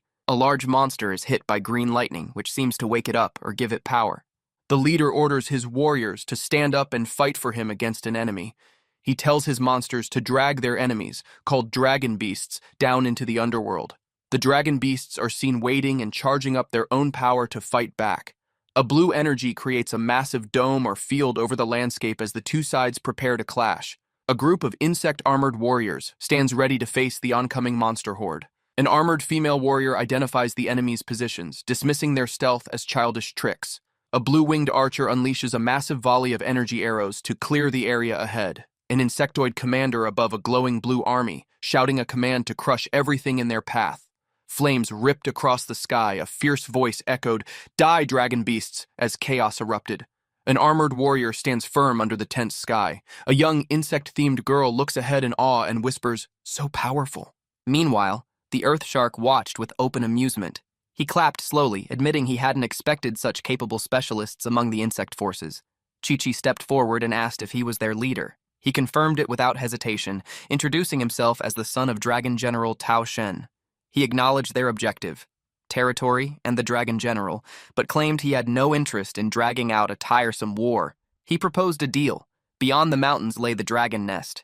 If they withdrew now, they could still avoid his father's army. He would relinquish the disputed land and demand they stop interfering. The offer was rejected instantly. Some demanded he kneel first if he wanted mercy. Others dismissed his words as deceit, insisting dragon beasts never negotiated honestly. The rhinoceros beetle ordered total annihilation, refusing any compromise. The earth shark laughed at their defiance and leapt straight into the battlefield. He mocked their confidence, asking if defeating weaker enemies had made them overestimate themselves. Since they were so eager, he declared, he would personally test their strength. Enraged, the rhinoceros beetle charged and hurled his massive spiked mace with full force. The earth shark responded calmly. A purple spiral of energy formed in his hand, halting the weapon midair. The sheer weight meant nothing to him. With a surge of power, he redirected the attack, sending the mace flying back toward its owner. The impact struck the beetle directly, launching him across the field and tearing a destructive path behind him. The shock silenced even the loudest generals. Regaining his footing, the beetle warned them that this opponent was on another level. Growing bolder, the earth shark invited them to attack together, promising to demonstrate the gap between higher and lower life forms. Chi-Chi ordered a full assault. Units advanced in coordination, heavy regiments pressing forward while ranged forces unleashed volleys from behind. For a brief moment, the battlefield seemed unified in purpose. Then the earth shark released a powerful, undulating force field. The shockwave expanded outward, repelling attacks and sweeping enemies aside. Even nearby dragon beasts were pushed back. The blast struck Chi-Chi directly, triggering a violent explosion. When the dust settled, the earth shark stood unmoved at the center of a crater, declaring they had failed to injure him. More dragon beasts gathered around him as he calmly announced the second round. Chi-Chi observed that many of the enemies previously struck were still alive. Chi-Chi responded coldly that they would simply kill them again. Above the chaos, Xiaofeng watched through binoculars, unsettled. He asked where this monster had come from. The field cricket explained that he was a superior dragon beast, far beyond ordinary ranks. When Xiaofeng pressed for clarification, she revealed the truth. Dragon generals were chosen mates of the dragon queen, selected to produce powerful offspring. Superior dragon beasts were descendants who carried the queen's bloodline directly. That lineage explained his overwhelming aura. The weight of that information sank in. The field cricket advised Xiaofeng that if the tide turned hopeless, he should flee immediately. Before he could respond, another explosion shook the ground nearby. The pressure radiating from the earth shark intensified, suffocating anyone within range. A crocodile dragon gecko, once allied with Xiaofeng, crouched in fear. He recognized the aura as belonging to a child of the dragon queen. If discovered aiding insects, he would not survive. Xiaofeng approached him with a simple offer. Leave if you want. The gecko asked if he was serious. Xiaofeng shattered the dragon collar, binding him, and declared him free. He added that if questioned later, the gecko could reveal everything. He didn't mind. Conflicted but unwilling to risk death, the gecko retreated from the battlefield. Princess Vivi approached Xiaofeng, questioning whether releasing him was wise. What if the gecko exposed them? Xiaofeng explained that if the dragon beast shifted attention toward him, it would relieve pressure on the commanders. He intended to act as bait. The plan left her momentarily silent, but she chose to support him. As he prepared to move, she stopped him with an unexpected request. She wanted to pilot his mech armor. Xiaofeng was stunned. She justified it by reminding him that during simulation training, that detail confirmed his suspicion. She had another body in this world, just like him. The realization struck harder than the battlefield's explosions. Meanwhile, one of the insect generals confronted the earth shark directly. He studied her strength and remarked that such power was wasted in a remote corner of the world. Calmly, he offered her survival. The world, he said, was far larger than they imagined, and the land beneath their feet was nothing compared to the vast universe beyond. His proposal was simple. Join him, fight under his command, and explore that greater world. Or die where they stood. Her response was immediate. An attack surged toward him, striking dragon beasts behind his position. A summoned serpent coiled around one of his allies, confirming his suspicion. He recognized the necromancer's ability at once. Annoyed, he unleashed a sweeping wave of purple energy. The blast shattered the serpent and tore through a dinosaur-like dragon, forcing his own surviving troops to retreat so they would not hinder him. The golden helmet muttered that even surprise attacks had proven useless. General Chi-Chi lost patience and ordered him to abandon his hollow promises. The rhinoceros beetle charged again, but the earth shark avoided the strike with ease, the impact tearing only the ground apart. Deciding the necromancer posed the greater nuisance, he shifted targets and rushed toward the golden helmet. Before he could land the blow, the wild cricket intercepted him at high speed, blocking his advance and mocking his reliance on that single wave technique. He countered by questioning her confidence, but she responded with a swift aerial strike that detonated against him. sending shockwaves across the field. For a moment, he was forced back. The wild cricket taunted both enemy and allies, claiming none of them had managed to wound even one dragon properly. Her words reignited old rivalries among the insect generals. Some even threatened to deal with her first. The golden helmet sighed at the renewed tension, while the rhinoceros beetle urged unity, reminding them of far greater threats stood before them. A new tactic was proposed: rotate their assaults and drain the earth shark's stellar power gradually. Hearing this, the earth shark's composure cracked, and he cursed the insects openly as the battle escalated once more. Meanwhile, Garuda observed from afar atop her immense dragon mount. She admitted the insects were proving troublesome. A small green dragon approached and reported capturing an unfamiliar 3-star dragon beast claiming to have escaped from the insects. Intrigued, Garuda ordered the prisoner brought forward. The crocodile dragon gecko bowed and insisted he had only infiltrated the insects to gather intelligence. Garuda questioned whether he had surrendered, and he quickly denied it, presenting himself as loyal to Dragon King. Meanwhile, in his other life, Vivi awoke in her chamber, confused about why Xiaofeng had suddenly brought her back to that body. Her thoughts were interrupted when he appeared at the cave entrance in colossal form, announcing she was awake.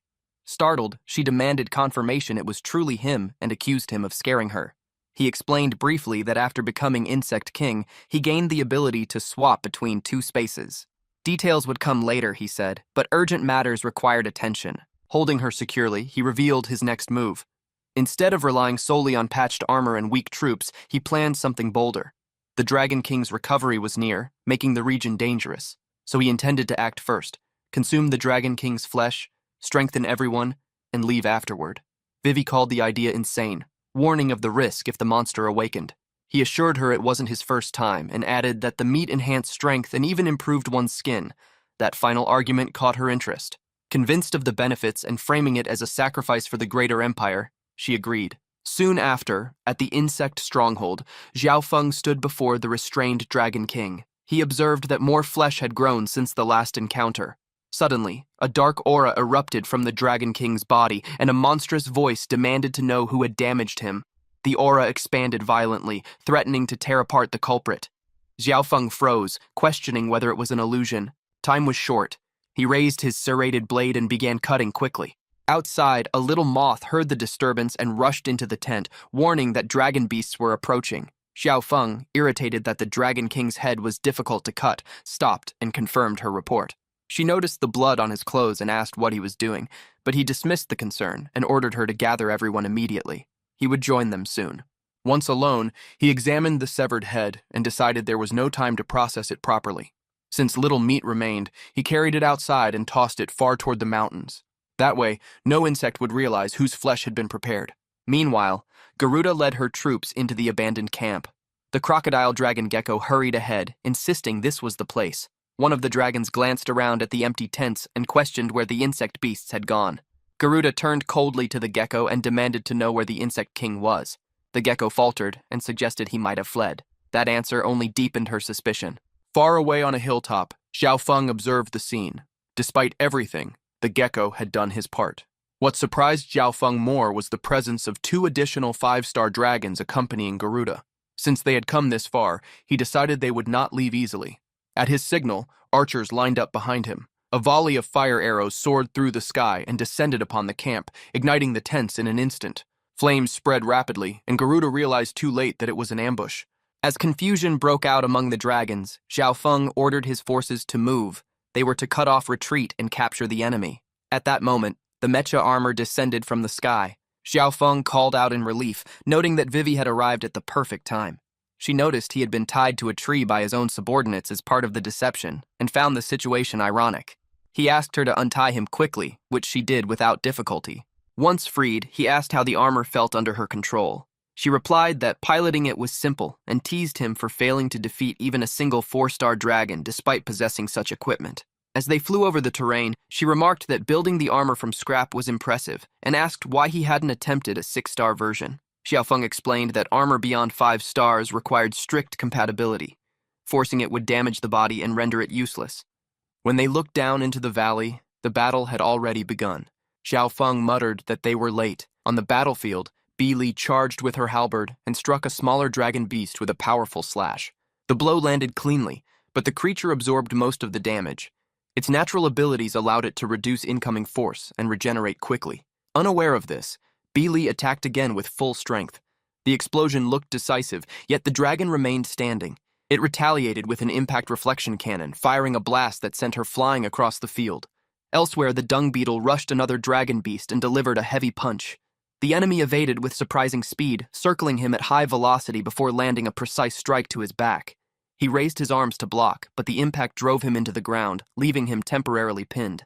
At the same time, the flower mantis faced Garuda directly. Feather blades rained down in sharp volleys, but the mantis deflected each one with precise counters. Garuda shifted tactics, transforming into a concentrated sphere of energy before launching herself forward. The collision created a massive cloud of dust. When it cleared, Garuda stood over the fallen mantis, asserting control of the exchange. The dung beetle remained suppressed under his opponent's weight. The dragon mocked him, claiming that if the insect generals lacked control, their subordinates had no right to arrogance. Garuda declared that victory was inevitable, pointing out that the insect king was nowhere in sight. Her confidence lasted only a moment. The sky above them darkened as the mecha armor descended into view. Without warning, it unleashed a barrage of missiles. Explosions erupted across the battlefield, scattering dragon forces and interrupting their advance. Shocked, the dragons looked upward, searching for the source of the sudden assault. Hovering above them stood the imposing armor, now clearly visible. Meanwhile, in another part of the forest, the crocodile dragon gecko slowly opened his eyes inside a quiet tent. Pain pulsed through his back as fragments of memory returned. He pushed himself upright, confused that he was still alive. Moments later, Little Moth's sister, Mau and the stinky beetle appeared at the entrance, surprised to see him awake. Disoriented, he asked how he had ended up there. Momo explained that patrol soldiers had found him collapsed on the ground with feathers lodged deep in his back. The gecko frowned, unable to understand why they would save a dragon beast. Momo answered simply that the insect king trusted him, and that was enough. She warned him not to move too much since his injuries were fresh. Their hostility lingered in the air, and the gecko felt it clearly. Even with their help, he knew the truth. If they ever learned the full extent of his actions, he would not survive the consequences. After resting briefly, he stepped outside the tent. The forest camp was active but tense. He wondered where he could possibly go. To the dragon beasts, he was already a traitor. Beyond this place, he had no refuge. A group of insects nearby questioned why he was still being tolerated. One remarked that without the insect king's protection, he would have long ago been reduced to rations. The gecko ignored them and began searching through crates and sacks stacked near the supply area. After a short moment, a collar necklace crafted by Zhao Feng. Holding it tightly, he admitted to himself that he never thought he would willingly wear it again. Before he could think further, urgent voices spread across the camp. News had arrived from the front line. Captain B and the others had been defeated by the enemy leader, and reinforcements were needed immediately. The words struck him harder than any wound. He understood that this disaster had started with him. Guilt tightened around his chest. Without another thought, he broke into a run. If there was still a chance to fix his mistake, he would take it. He had to reach Xiaofeng. Back at the battlefield, chaos continued to unfold. A smaller dragon beast unleashed a powerful blast of fire toward B, who lay motionless on the ground. Just before the attack could consume her, red energy flared. In an instant, Xiaofeng switched places with her using his ability, Empty Gate Conversion. The sudden shift stunned Garuda. She looked toward the sky, realizing that powerful specialists were guarding the insect's rear. The hovering mecha armor clearly radiated strength at least equal to 5 stars, yet she sensed no stellar fluctuation from it. The anomaly unsettled her. In the same breath, Xiaofeng appeared beside her, holding the unconscious flower mantis. The abrupt arrival left Garuda momentarily confused. She demanded to know if he was the insect king. Xiaofeng denied it immediately and ordered his troops to continue fighting before turning to retreat. Garuda did not hesitate and pursued him across the battlefield. Inside the mecha armor, Vivi watched Xiaofeng being chased but shifted her focus to the remaining dragon beast blocking her path. When it taunted her movement, she responded coldly and activated the armor's energy sword. The wolf-like creature triggered its ability, and a massive dragon head formed from water surged upward from the ground, jaws snapping toward her. Vivi reacted instantly. The armor twisted midair and delivered a powerful kick that forced the watery jaws open. Seizing the opening, she drove the energy blade forward. With a swift motion, she cut through the creature, splitting it apart before it could reform. Yet the battlefield allowed no pause. Another smaller dragon beast seized the moment and fired its damage reflection cannon. The blast struck the armor directly. A violent explosion erupted in the sky, sending fragments of energy scattering in every direction. Smoke cleared to reveal the mecha armor descending roughly to the ground. Systems flickered as it landed in a kneeling position. Inside the cockpit, Vivi gritted her teeth, frustration rising as she assessed the damage. The battle was far from over, and the cost of every mistake was becoming painfully clear. At that very moment, thick smoke began pouring from the back of the mecha armor. Inside the cockpit, alarms rang continuously as the system reported severe damage to the right thruster supply line. Reserve power activated automatically, but the display showed a harsh limit. Only 30 minutes of operation remained. Vivi steadied her breath and coldly declared that the small dragon beast was courting death. The creature showed no fear. It lifted its claws and signaled for another round. Elsewhere across the battlefield, Xiao Feng was still being chased relentlessly by Garuda. She called out mockingly, telling the so-called little insect king to stop running and accept her protection. Xiao Feng ignored her and pushed his speed further, frustration building as he realized he could not shake her off. His stamina was nearly depleted, and he knew capture was seconds away. Just as despair crept in, the blood wasp beetle and the colorful mosquito intercepted Garuda's path, ordering Xiao Feng to flee while they blocked her. However, a 3-star dragon beast surged in from behind them with overwhelming force. Before they could react, it struck both insects and hurled them far across the field. The gap closed instantly, and Garuda resumed her pursuit, declaring resistance meaningless. Not far from there, the colorful mosquito struggled to stand as the 3-star dragon advanced again. Panic set in, and she called out for Xiao Feng. In that split second, he activated empty gate conversion.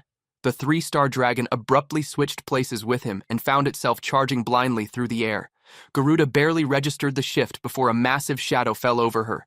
The enormous dragon crashed down directly onto her position, the impact detonating with such force that a large section of the surrounding forest was torn apart. When the dust settled, the huge dragon lay unconscious inside a crater. A short distance away, Xiao Feng watched the result, relieved that his gamble had worked. Soon, the colorful mosquito arrived, carrying the still unconscious flower mantis. She praised him for holding off 2 dragon beasts at once, but he cut her off, reminding her that ignoring his warnings had led to this situation. He quickly softened the rebuke and instructed them to assist the others. The remaining dragon leader would be his responsibility. With that, he accelerated away once more. Back on another front, the battle between Vivi and the small dragon beast intensified. Energy blasts collided violently as both sides escalated their output. The creature absorbed wave after wave of attacks, enduring the impact head-on. Vivi increased the armor's power and struck it squarely, sending it rolling across the field. Without pause, she launched another massive energy beam that tore through the battlefield and exploded against its back. Smoke engulfed the area. From within the cockpit, she observed the scorched ground and remarked on its resilience. Moments later, the creature re-emerged through the smoke, barely injured. The system confirmed it, dazed but alive. Frustration sharpened her focus. She propelled the armor forward at full force, stopping directly in front of the dragon beast and threatening to cut it apart in one decisive strike.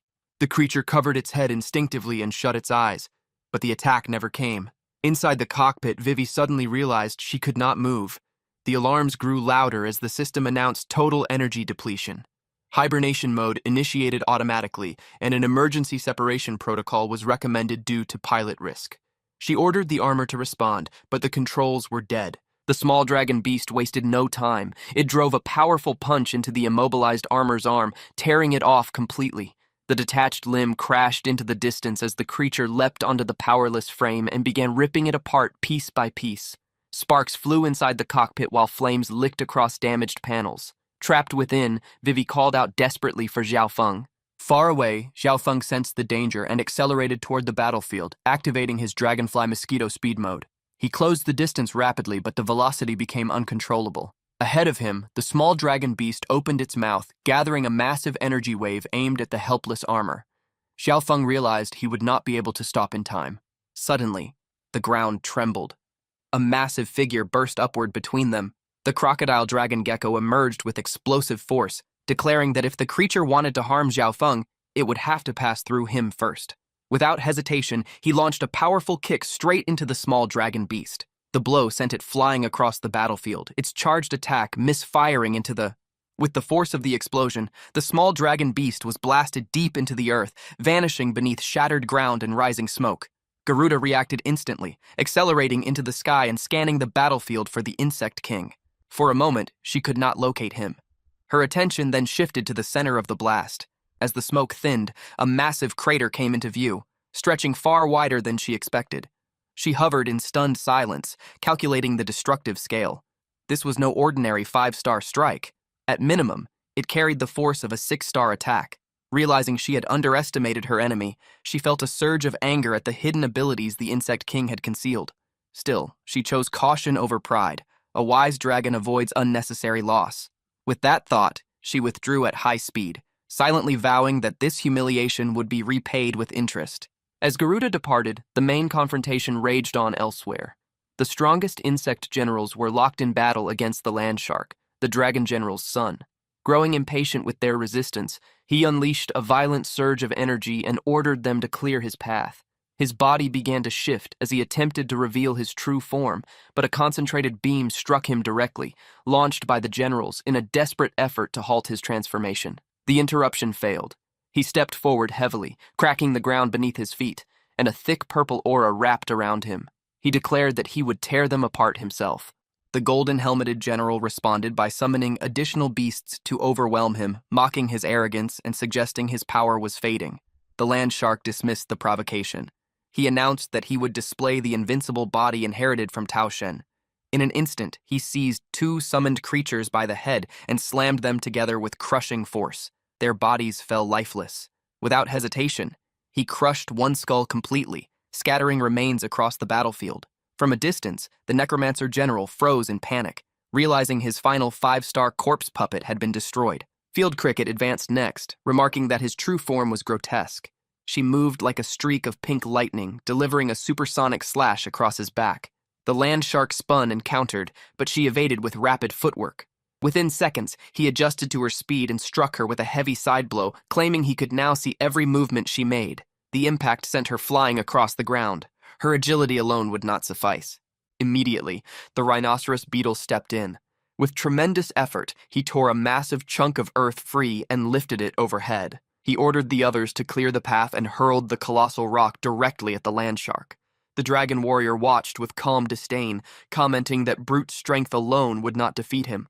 Rather than dodge, he planted his feet and raised an arm. The rock shattered upon contact, exploding into fragments that rained down around him. Amid the falling debris, he realized the attack had been a diversion. High above, Commander Chi-Chi had already taken position. With a bow drawn, she gathered immense energy and released her Star Rain arrow. Blue projectiles descended in a relentless storm, striking the land shark from all sides. Several arrows pierced his body, drawing blood. Taking advantage of the opening, Commander Chi-Chi charged forward with her spear and challenged his claim of invincibility. She drove the weapon straight toward his chest. Despite his wounds, the land shark caught the spear's tip with his bare hand, stopping it inches from his heart. The struggle locked them in place as both exerted increasing force. Determined to end it, Chi-Chi enlarged her form and pushed harder, forcing the spear to advance slightly. The wound deepened, and the land shark groaned under the pressure. Purple energy began to gather around him, sparks forming along his body. Without retreating, he unleashed Dragon's Breath at point-blank range. The blast engulfed Chi-Chi's position. Yet when the energy cleared, she emerged unharmed, having shed her enlarged body. Instantly, she formed a massive spear and hurled it downward with full strength. Once again, he caught the weapon mid-air and crushed it effortlessly. He remarked coldly that it would not be unpleasant to have them accompany him on the road to hell. Seeing the immense reserve of star power he still possessed despite severe injuries, Chi-Chi recognized the danger. She ordered the others to withdraw immediately. The land shark ignored the retreat and began concentrating an enormous amount of energy in his hands. Within seconds, he released it in a single devastating shockwave. The circular blast expanded outward, obliterating the ground and sweeping across the battlefield. Everything within its radius was thrown into chaos, including dragon beasts caught in its path. After releasing his devastating shockwave, the land shark stood at the center of ruin. He struggled for breath but still raised his voice, asking the surviving generals how it felt to endure his full-force attack. From the rubble, the rhinoceros beetle pushed itself upright, and Commander Chi-Chi, having enlarged herself again to endure the blast, answered that they were still alive. One by one, the other commanders regrouped in the sky, preparing to continue. Seeing them standing, the land shark cursed his misfortune for failing to wipe them out. His strength finally gave way. He collapsed heavily as more stellar attacks rained down. With little power left, he dug his hands into the shattered ground, exposed to their assault. Suddenly, a familiar figure descended from above. Garuda spotted her brother alone in the crater and rushed toward him without hesitation. She seized him and lifted him into the air with powerful wing beats, attempting a desperate escape. Commander Fang Dingo reacted immediately, calling out the boldness of such a rescue and drawing her bow. She concentrated energy into a single arrow and fired. The projectile streaked upward, but Garuda increased her speed, even while carrying the injured land shark. To shield them, he summoned a wave barrier mid-flight. The arrow detonated against it in a burst of blue fire. As they retreated into the sky, Garuda asked if he could endure. The land shark answered weakly that his end was near. She refused to accept that outcome and vowed not to abandon him. Below, the commanders watched their escape. Fang Dingo acknowledged their formidable vitality, but Chi stated plainly that the wound to his chest was fatal. Even with such life force, survival was unlikely. With the enemy leaders gone, the insect generals declared victory. The battlefield erupted in celebration as the remaining dragon beasts were hunted down. Chi ordered the troops to regroup and eliminate any stragglers. Soon, most of the surviving dragons were defeated. The golden-helmeted general rested atop a pile of bodies, grumbling about insufficient support when a subordinate asked about his condition. As night fell, the camp turned festive. Large bonfires were lit and dragon carcasses were roasted openly. Warrior wasps sprinkled seasoning over the meat, honoring the hard-earned triumph. In the midst of the celebration, Xiaofeng rang a bell and called for attention. He raised a toast to the true hero of the battle, the crocodile dragon gecko. He explained that without the gecko's efforts in luring the enemy and aiding Vivi, their victory would not have been possible. The gecko responded modestly, saying he had only acted because he was given the chance. Xiaofeng dismissed the humility and insisted his contribution was essential. Some insects nearby muttered in disapproval, calling the gesture hypocritical and unworthy of the tribe. The gecko heard the murmurs but said nothing. His gaze lingered on the roasting meat, aware of the strict hierarchy among dragon beasts that forbade lower ranks from consuming the flesh of superiors. He wondered what choice he would make when the portions were shared. Xiaofeng approached him with a grin and offered a thick piece of roasted dragon meat as a gift. The gecko sensed the powerful aura emanating from it and realized it came from a superior beast. Several insects protested, questioning whether granting him such nourishment was wise. Xiaofeng answered calmly that they were family now, and there would be no discrimination. After a brief pause, the gecko made his decision. He declared that he no longer belonged to the dragon circle and would no longer bow to its rules. He took a bite. At first, he remarked that the taste was unimpressive. Then his body stiffened. A violent pulse surged through him, and he clutched his neck as pain spread across his frame. His body trembled, glowing with a fierce red aura. Xiaofeng asked if he could endure it. The gecko answered through a strained breath that it felt as if he might explode. The transformation intensified. Massive wings tore free from his back, and his body expanded rapidly. Horns emerged as his silhouette grew against the night sky. The camp fell silent as his size multiplied. When the energy settled, a colossal flying gecko dragon stood where he had been. A newly evolved 4-star beast. He examined his claws in disbelief, realizing he had become a true superior dragon. Looking down at Xiaofeng, he expressed his gratitude. Xiaofeng welcomed him without hesitation. The dragon was no longer an outsider, but a full member of their ranks. Elsewhere, far from the celebrations, a battle map revealed the Insect King's army locked in combat with the dragon general inside a valley. The clash had already raged for 2 full days, neither side gaining the upper hand. On the 3rd day, allied reinforcements finally arrived. The insect general stepped onto the battlefield and immediately recognized that the dragon general was still holding the line. Without delay, they launched a coordinated flank assault, diving into the valley and surrounding the enemy from all sides. The sudden encirclement threw the dragon ranks into chaos. Realizing reinforcements had turned the tide, the dragon general abandoned his forces and fled alone, leaving the battlefield behind. Meanwhile, inside a council chamber, one of the generals asked about the outcome of that decisive clash. The council leader replied confidently that victory had been secured. He explained that once the reinforcements joined, the dragon general escaped, costing them the chance to capture his massive body for future cultivation.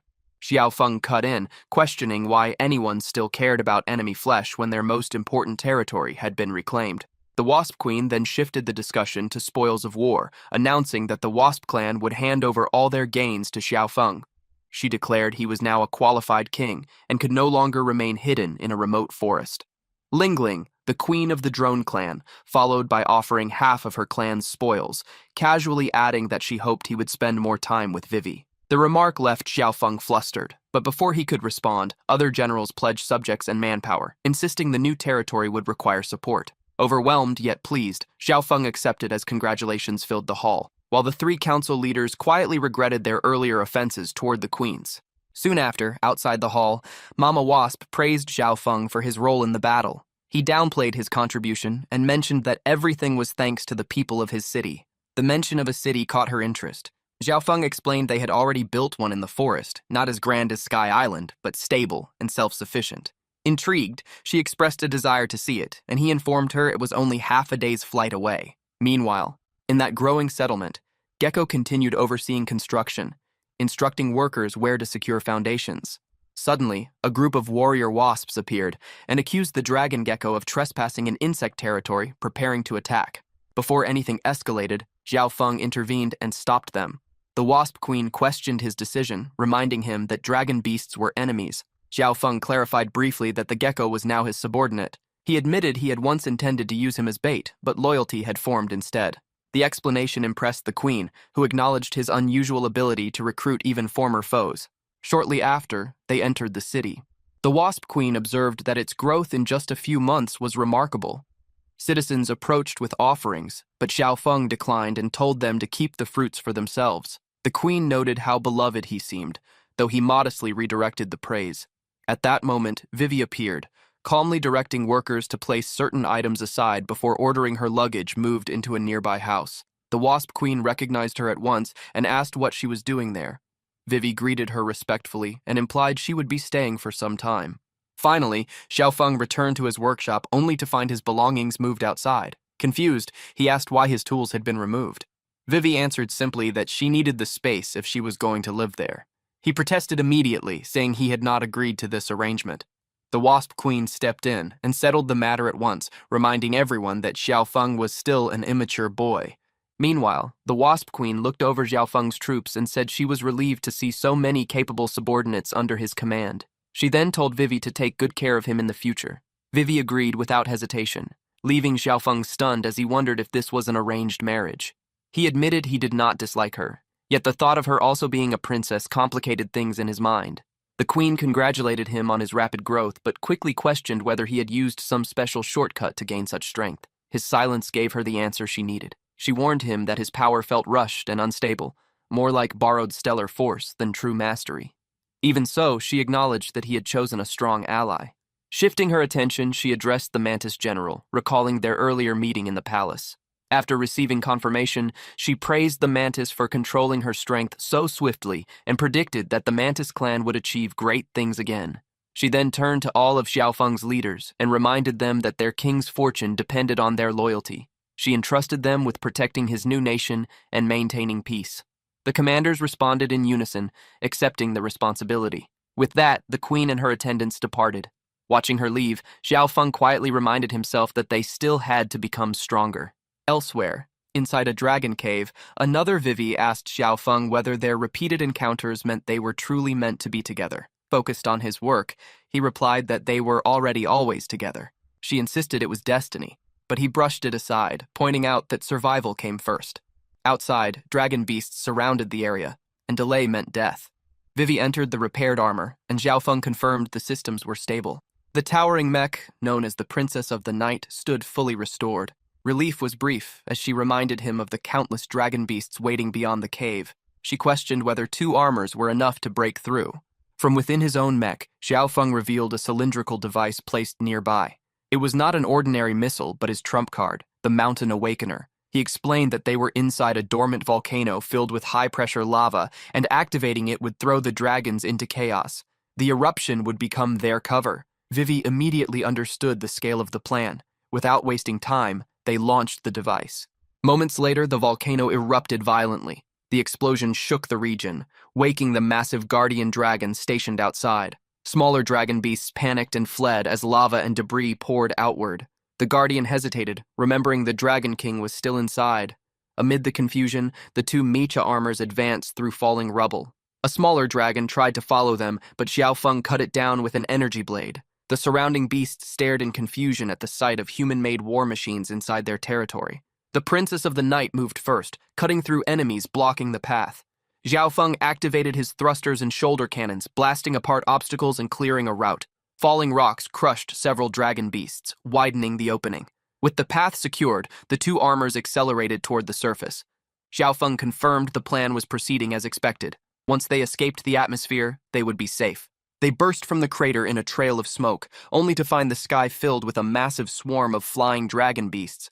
The numbers were overwhelming. Surrounded on all sides, the two armors halted mid-air and prepared for battle. Vivi observed the scale of the threat, while Xiaofeng warned her not to get drawn into prolonged combat. She answered simply that she understood. The explosion from the volcano shook the cave, rattling rocks and sending echoes through the chamber. The massive dragon guarding the area surged forward, rushing to the Dragon King's bathtub, only to find it empty. Shocked, he realized his master had vanished. A smaller dragon scuttled up, frantic, reporting that a human mecha armor had breached the cave and blocked the exit. Furious, the guardian demanded to know who had allowed the human in. A tiny creature stepped forward, claiming responsibility, but explained the intruder had stopped moving. The massive dragon crushed the small guard in anger and berated the others for being deceived by a human without realizing it. Above, the two armors plunged into the swarm of dragon beasts. The Princess of the Night sliced through enemies with swift, precise strikes while Xiaofeng's armor cleared a path with energy blasts. Two high-level dragons observed in disbelief, trying to pinpoint where the invaders had come from. One spewed fire, prompting a barrage of elemental attacks, fire and lightning, against the armors. Xiaofeng's armor took multiple hits, and Vivi reacted immediately, ejecting parts of her equipment that guided themselves into the enemy above, opening a gap in the formation. She unleashed her floating blades, charging a superior dragon and piercing it cleanly. Jumping off, her weapons continued to tear the creature apart mid-air. Explosions erupted across the sky as the other dragons fell, while Xiaofeng watched, proud of the armor he had built. Vivi scolded him, insisting it was her skill, not the machine, that made the difference. He silently agreed, unwilling to argue. Suddenly, the volcano erupted again, and the massive cave guardian emerged from the lava, roaring toward the heavens in rage. He unleashed a purple energy wave, declaring no intruders would escape. The attack surged toward Vivi's armor, and Xiaofeng realized the strike covered too wide an area to dodge. With no other options, he fired his armor's hook, latching onto her back and yanking her out of danger, shouting that at least one of them should survive. The energy blast hit Xiaofeng directly, engulfing his armor in a blinding purple light. Vivi watched in shock as the blast consumed him, her breath caught in her throat. Amid the smoke and debris, what appeared to be his torso fell from the sky at terrifying speed. But as the dust cleared, it was revealed that the insect version of Xiaofeng had swapped places with his human form at the last moment. Vivi, relieved, asked if he was okay, her voice tense. He scolded her briefly, ordering her to keep moving. Together they surged through the skies, racing over the forest. Behind them, the massive guardian dragon pursued relentlessly, closing the distance with every second, the roar of its fury echoing across the landscape. The massive dragon roared, cursing the humans, scanning the smoke-filled skies for their escape. Below, Xiaofeng struggled to hold Vivi's armor, the weight nearly dragging him from the air. His progress slowed, and the dragon closed in, only to veer away, leaving him to warn that they wouldn't last 5 seconds in a fight. Vivi instructed him to climb higher toward the ozone layer and promised she'd handle the rest. Activating his spatial shift, Xiaofeng fell from the sky, caught mid-air by the mecha armor, which then opened its cockpit for him to enter. Inside, Vivi marveled at the stars, commenting on the beauty of the vast space as the armor finally left the planet's atmosphere. She asked if they could fly back to the Milky Way, but he explained the distance of light years made it impossible with just thrusters. The only option was to send a rescue signal and wait for a ship. Relaxing, she leaned against him and fell asleep on his shoulder. Smiling, he whispered goodnight, grateful for her help. Meanwhile, in the insect world, Princess Vivi offered Xiaofeng a piece of cake. He bit into it without hesitation and praised the taste. Hidden friends speculated on their closeness. The stinky beetle asked what had happened, but Mao shrugged it off, explaining that females were drawn to the strong, and the moths agreed. Mao boasted of her experience, prompting the stinky beetle to tell her to stop. Suddenly, 2 wasps arrived, calling for Xiaofeng. The sisters Mangmang and Manman reported 2 urgent issues: a shortage of meat for carnivorous species and the arrival of 500,000 refugees. Unsure what to do, Xiaofeng listened as the princess proposed forming dragon hunting teams for food and allowing insects to elect elders for self-governance. The sisters praised the plan and flew off to report it to Captain B. Lee. Xiaofeng was impressed by her knowledge of governance, and she teased whether he was captivated, leaving him embarrassed. Back in space, the mecha armor floated above the stars, deploying small spherical objects that revealed themselves as long-range communication satellites. Xiaofeng explained they could transmit signals across light years while the armor's survival systems ensured safety.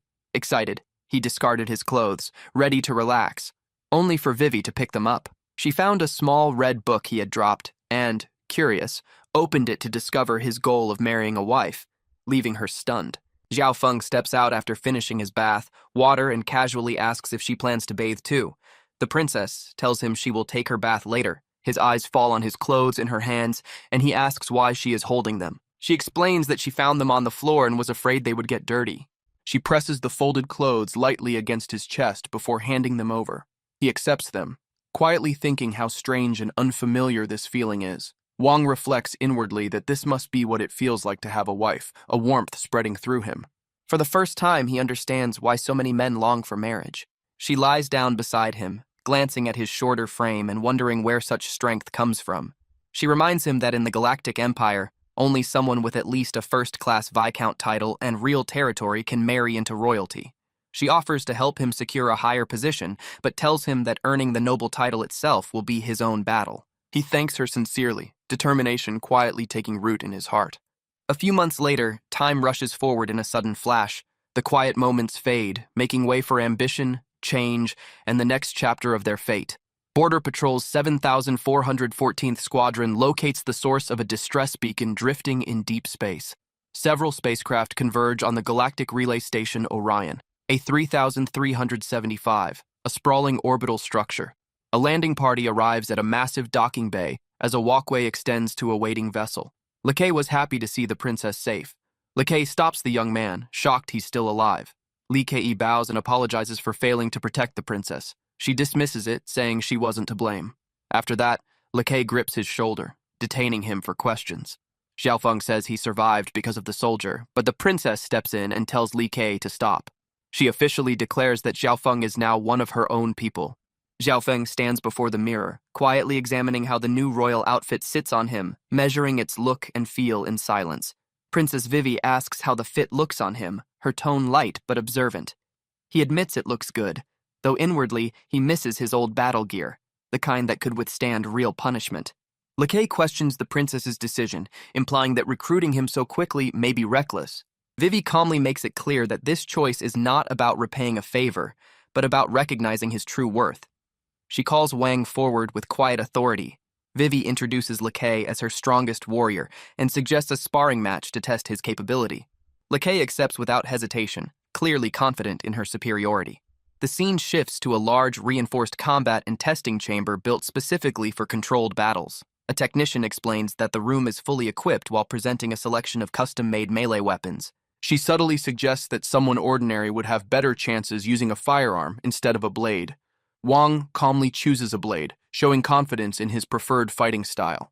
The technician internally questions why the princess places such high expectations on him. She informs him that a fully equipped medical bay is next door, capable of restoring any injury short of brain death. Wang reacts with genuine interest at the advanced recovery setup. The technician warns him that this world is far more dangerous than he assumes, and that he should reconsider getting involved. Stepping into the arena, she releases a surge of blue energy from her blade, demonstrating her power. She implies that someone without power, status, or connections stepping into political struggles is courting death. Wang enters the field calmly, revealing his own golden energy flowing from his blade. Her surprise is evident as she witnesses his unexpected power. Wang signals the beginning of the match with steady confidence. He closes the distance and launches forward, initiating the fight. Golden energy bursts from his blade as he strikes. She counters immediately, her blue power clashing fiercely against his golden force. The direct collision of their blades releases a massive burst of compressed energy. The force spreads in a wide arc like a storm. The royal tea gathering looked peaceful, but politics simmered beneath every polite sip. Princess Feifei, Prince Anfeng, and Prince Wei Sule discussed the recent disaster, An attack by the so-called dragon beasts. Anfeng returned from his investigation and stated about corruption, and the station commander had vanished without a trace. Lakay explains the royal family itself was no sanctuary, with King Og ruling a bloodline of 72 children and nearly 1,000 descendants. That tension boiled over when Anfeng sneered, calling the boy a shorty and a primitive earthling, questioning why anyone of importance, especially Princess Vivi Wei, would employ him. The prince sensed untapped potential, the spark of an ability user, and tried to recruit him. He boasted about his powerful Earl grandfather and the advantages loyalty could bring. The blue-haired warrior beside him, clad in green armor, rejected the offer outright. Frustrated and bored, Anfeng dismissed the boy as a waste of time and walked away. Only Princess Feifei lingered. She explains that he habitually tried to recruit anyone he believed might be useful. She apologized to them on his behalf. The scene shifts as they move forward together, tension quietly building. Wang then asks what her actual plan is,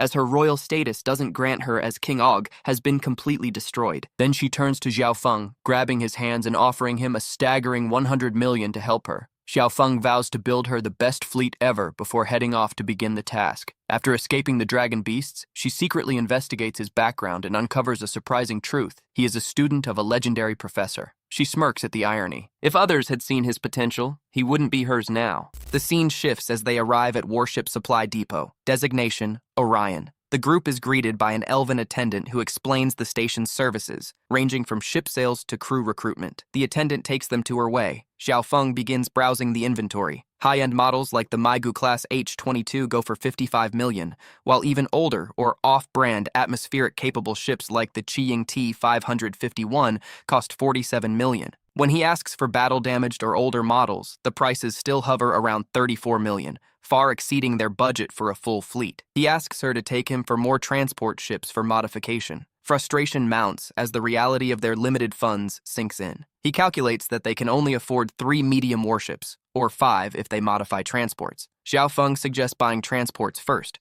raising funds and modifying them for combat. The princess apologizes for not preparing more money, while Xiaofeng realizes his original plan was perhaps too idealistic. While discussing modification options, a massive explosion or spatial distortion erupts in the distance. A fleet of wrecked battleships emerges from the light, prompting Xiaofeng to wonder if a fierce battle just took place nearby. Scene shifts to the docking bay. A salvager studies a damaged warship and notes it's still usable despite the age. The princess asks if it can be fixed. He replies that repairs are possible but costly. Parts must be scrapped. A hologram shows 8 ships. 2 are too damaged, so their parts can repair the rest. The princess decides to buy them instead and walks off to negotiate. Later, in a blue-lit corridor, a red-haired royal angrily grabs a technician, demanding repairs in 1 week, though they need months. The technician explains it's impossible with limited docks and heavy damage. He suggests buying new ships if urgent. She tells him if they have a heavy budget, she doesn't ask him. The princess arrives, glowing softly, and calls out to her brother. He asked her what she was doing there, and she replied, wondering if the fleet outside belonged to him. He then questioned whether she had come just to mock him. The princess mentioned that his fleet had suffered heavy losses and asked if his outpost had also been attacked by dragon beasts. The beasts entrenched near Orion had grown unusually aggressive, his brother explained. She reminded him that she had warned him about the dragon beasts long ago, asking if he had made any preparations. He admitted that he had, but the beasts had become just as vicious as they had expected. She offered a solution. She had 100 million galactic credits in savings, but in this emergency, she insisted he take it. He says that the 100 million was her capital for a comeback. How can he take it? She laughed lightly at his discomfort. Since you won't take the gift, she said. Why not sell your damaged warships to me? He considered it, then agreed. He said offering to sell them at half price. She stopped him. Although, if your warships are damaged, don't sell them so cheaply. He refused, insisting siblings should support each other. And so, with a mischievous smile, she declared that she would shamelessly accept his help. Lakay approached the princess to check on the outcome, and the princess mentioned having more money than expected. She says the situation had deviated from the original plan, but Wang suggests sticking to it. The princess questioned the assumption that she had failed and revealed a document showing the transfer of deeds for 8 warships valued at 140 million. Embarrassed, Lakay reacted dramatically, demanding recognition, while Wang remained cheerful. The scene shifted, and a dragon arrived, informing Wang that it had brought the part he needed. Wang acknowledged it and asked to place it there. Little Moth's sister noticed the large object and wondered what it was. Wang explained that it was a warship. She then asked about another device resembling a ray gun. He clarified that it was the warship's main cannon, far more powerful than a simple ray gun, and offered to demonstrate its strength. Beely observed everything carefully from below. Mantis inquired why everyone had gathered, and the dung beetle responded that Wang was testing a new weapon. Meanwhile, Wang explained to Little Moth and her sister that once the cannon was connected to its power source, it would be operational. He set a target, the peak of a mountain 50 kilometers away, and fired. A powerful beam shot upward, striking the mountain. Beely was stunned, calling it impossible, noting that such force could withstand even the strongest 6-star dragon beast. Everyone then gathered before Wang and knelt, requesting permission to leave. He, confused, asked why they suddenly wished to depart. The dung beetle explained that they felt too weak to assist him in battle and needed time to train. The Lord King questioned the sudden change, while Little Moth also expressed a desire to train, surprising Zhao Feng. In the next scene, Zhao Feng stood near the warship and asked them for their thoughts. Wang replied that the remaining 5 warships could be repaired within a month. Lakay, astonished, asked if it was truly possible to fix them within a week. An urgent notification then appeared on the screen.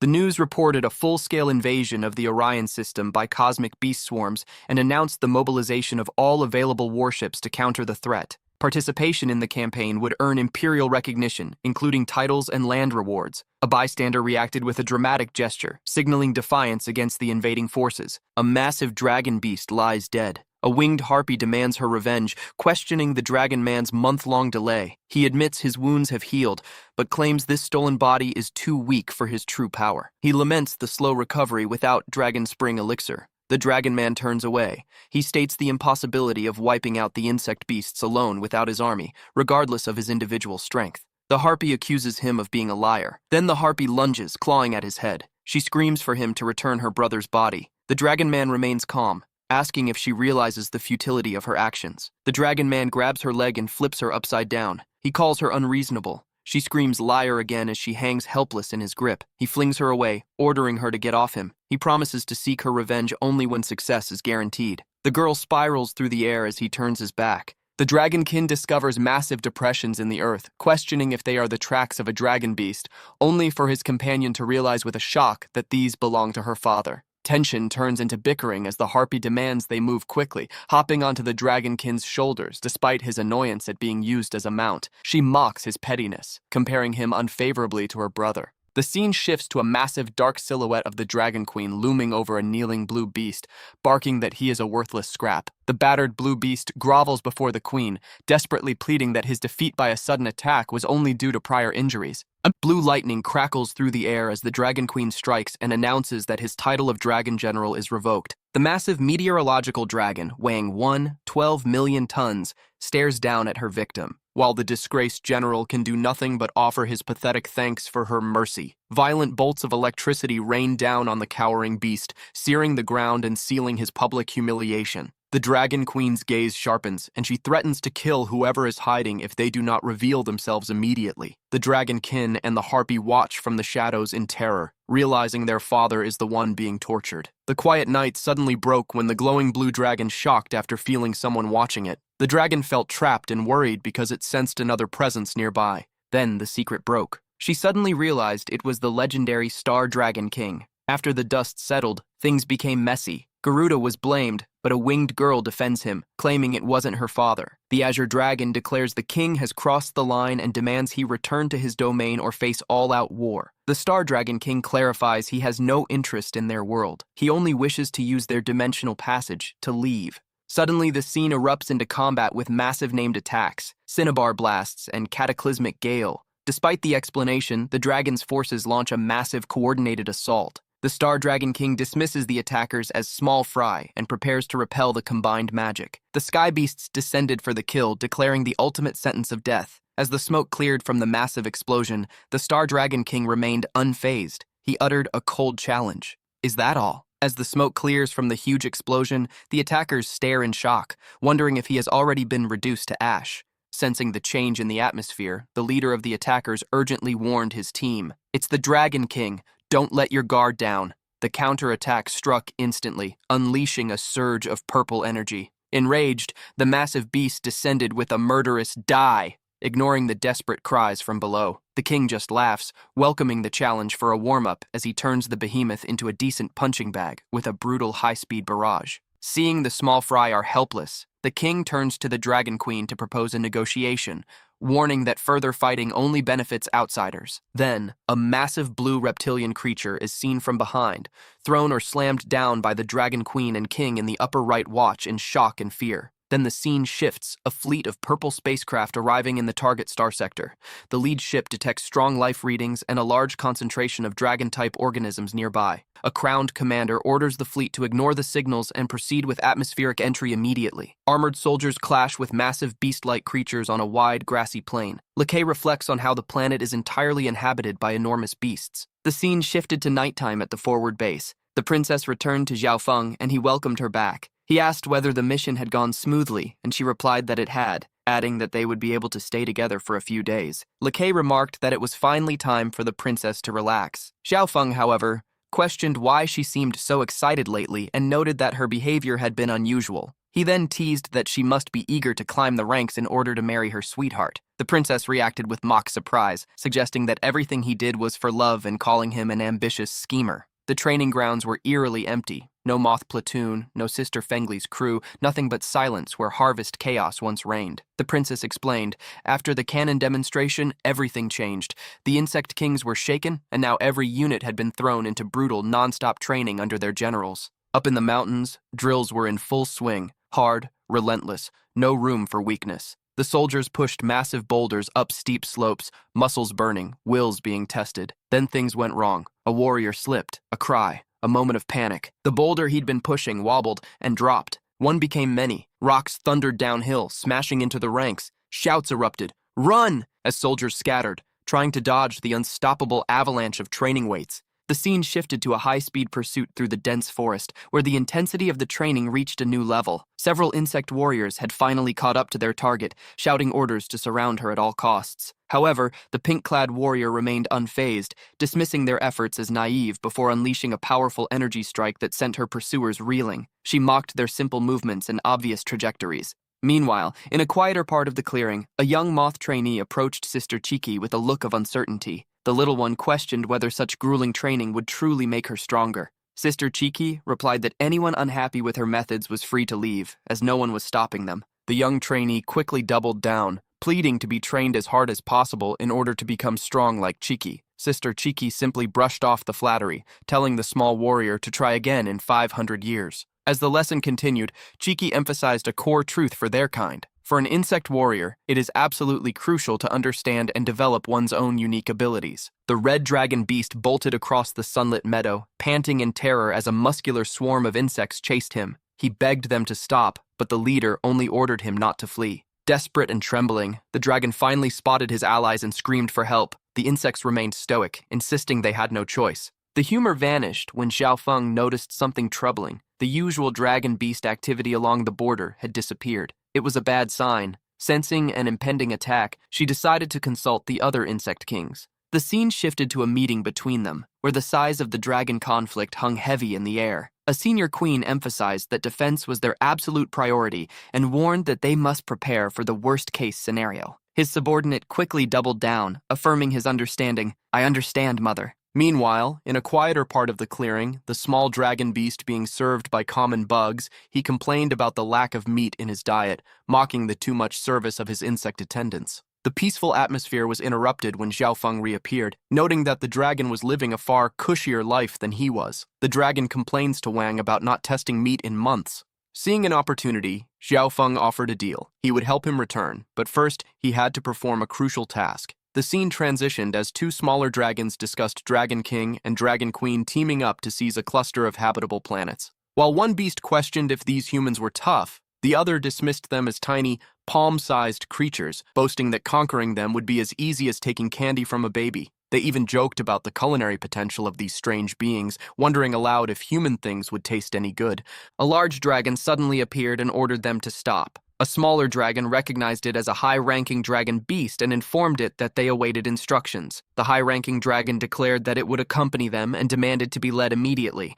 The smaller dragons gestured toward the path, explaining that the destination was just ahead. Looking up, the large dragon noticed a massive swarm of dragons flying in the sky and remarked on the extraordinary scale of what appeared to be a migration. It asked where they were heading, and the smaller dragons explained that a spatial rift about 30 miles away led to another star sector. The high-ranking insect officer reported in shock that the dragon beasts were retreating, and a powerful leader of the swarm slammed his fist, vowing they could not allow the invaders to escape after the slaughter and land seizures. The council roared in agreement and ordered immediate pursuit so the beasts would answer for their crimes. A massive assembly of insect warriors filled the forest, platforms buzzing with declarations of final vengeance. Young leader Xiao Feng was summoned. It was time to march. His companions watched as the army, vast and determined, prepared to depart. Xiao Feng stepped forward and surveyed his legion, soldiers whispering in awe of the young insect king whose authority needed no explanation. With a sharp command, he ordered to move, and the sky darkened with thousands of winged warriors surging toward the horizon in a swift migration of war.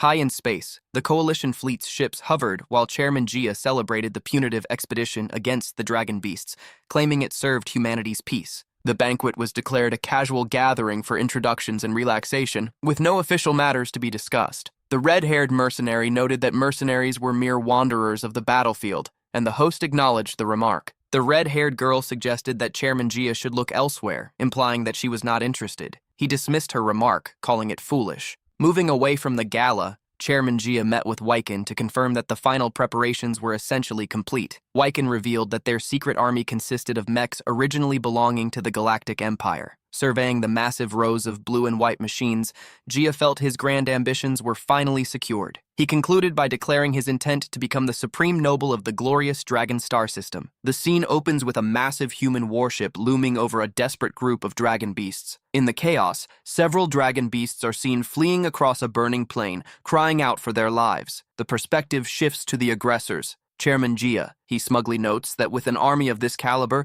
they could challenge the Dragon King himself, expressing that anything less than total victory would be a waste of his massive investment. On a nearby ridge, a group of female pilots watch the carnage from a distance. One sister expresses concern that the military will wipe out all the dragon beasts and steal the glory, but she remains skeptical, noting that the dragons have terrorized the frontier for a century and are likely far more dangerous than they appear. Suddenly, the Dragon King emerges from the clouds, a massive winged purple beast roaring in defiance at the human doorstep. The human fleet responds with a devastating barrage of laser fire, seemingly obliterating a high-ranking dragon in a single blow. Jia laughs, mocking the 7-star beasts for their weakness, and orders a continued assault. However, the tide turns when a second, even more powerful presence appears, the Lady Meteorological Dragon, cloaked in violet lightning. She joins the Dragon King, and together they unleash a catastrophic counterattack. The once mighty human fleet is decimated in moments, with combat losses exceeding 73%. Back at the Human Command Center, the Chairman Jia grabs his advisor by the collar, demanding to know how his military-grade mechs were torn apart like wet paper. The advisor reveals a terrifying realization. Their calculations only accounted for one Dragon King,